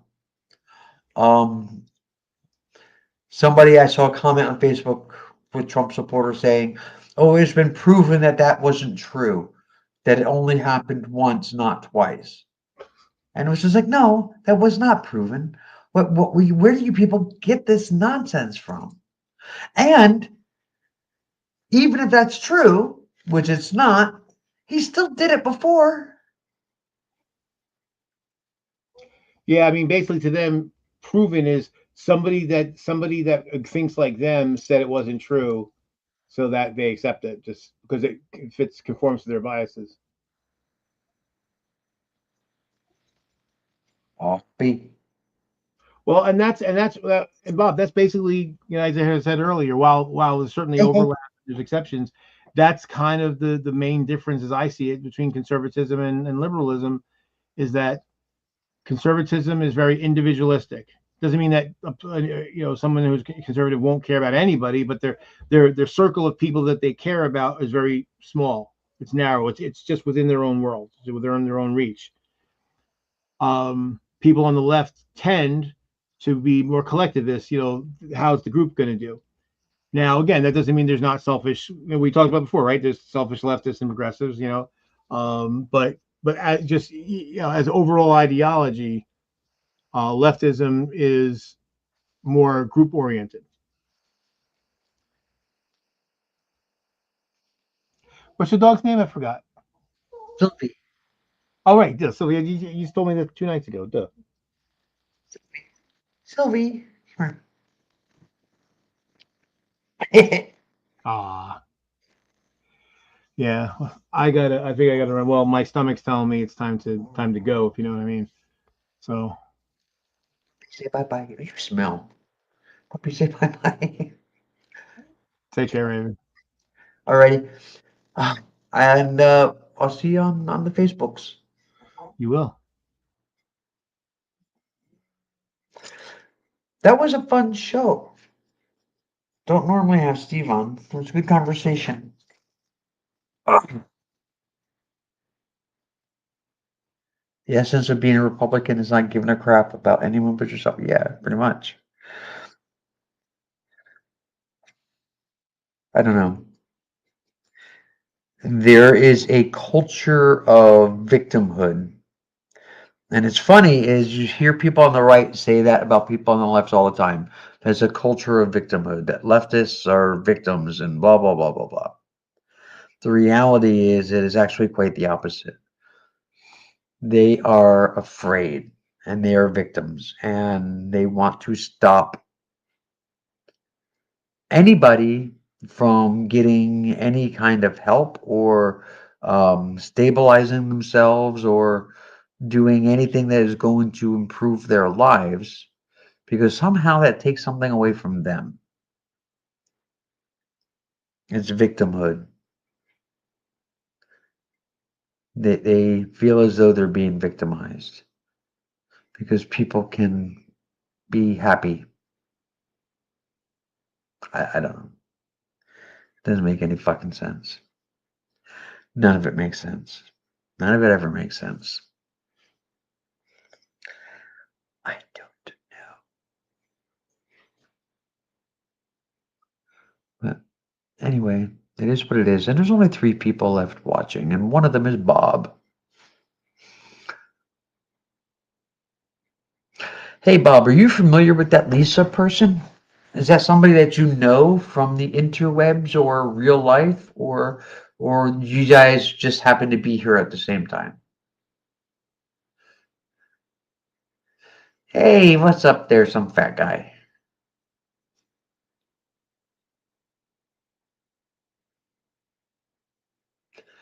How are you? How you doing there, Philharmonic?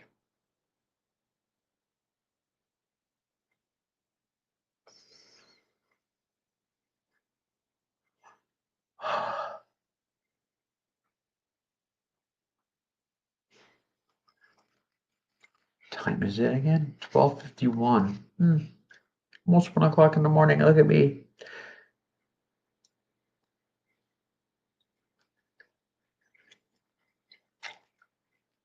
I saw that. Be careful.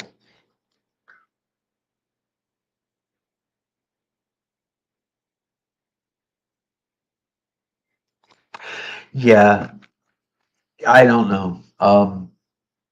Bob, I just, she was just really aggressive. And it's just like, you know what? Fuck that. I don't know. I've seen way too many people, and I'm not even saying Lisa looks at it this way. I'm just saying that I've seen way too many people say things very similar to what she said, and go ahead and advocate for not voting if their rock star isn't the one that's, going to get the nomination. And that kind of thinking, that kind of making perfect the enemy of the good, um, is part of why we are where we are.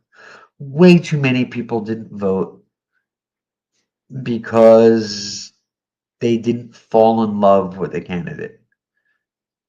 And this is government. You're not supposed to fall in love with them. And it's okay to vote for somebody who doesn't necessarily share all your values. Do you share enough values to get something done? Yeah, Phil. And people are like, oh, I don't want to vote for the lesser of the evils. And I understand that. I don't want to vote for the lesser of the evils also. But at the end of the day, that's exactly what elections are. That's what they are. Because you're never going to have somebody that agrees with everything. You're never going to have um, somebody who is going to be your dream candidate. Everyone there's always going to be something. There's always going to be something. I mean, people went off about Kamala Harris when she was running for president the first time, about her job as the top cop in California, and they're like, "Oh, well, they were putting people in jail for not sending their kids to school." Well, there's laws in California about truancy, and if you don't agree with the laws, that's fine. You're allowed not to agree. But there are avenues that you can take to fight against them, or to get them repealed, or to get them changed, or whatever, you know. But if she prosecuted someone for something that they actually did that was actually against the law, then she did her job. And you don't have to like it, and you don't have to agree with it, but it was her job. So,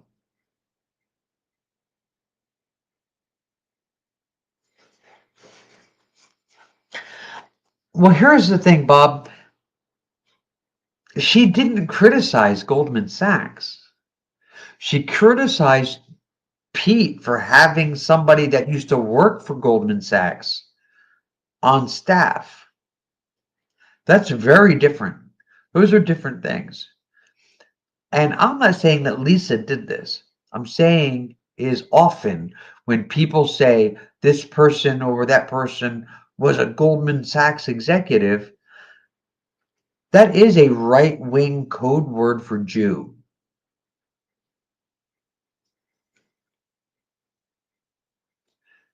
And so I am not saying that she meant it that way, but yeah, we've heard it enough to know that that's typically what it tends to mean. Government's supposed to be boring. That's right. You're not supposed to fall in love. It's supposed to be boring. It's who's going to get the job done.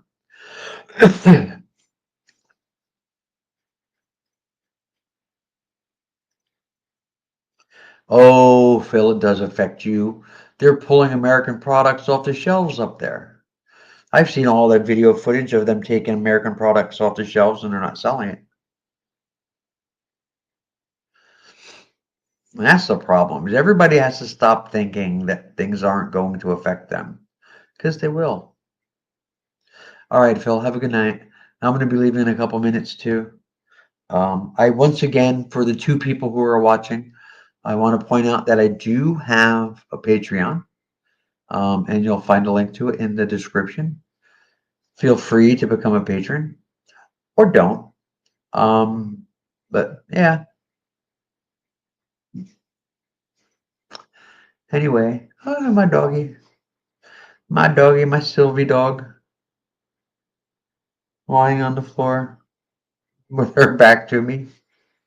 My pupper schnups.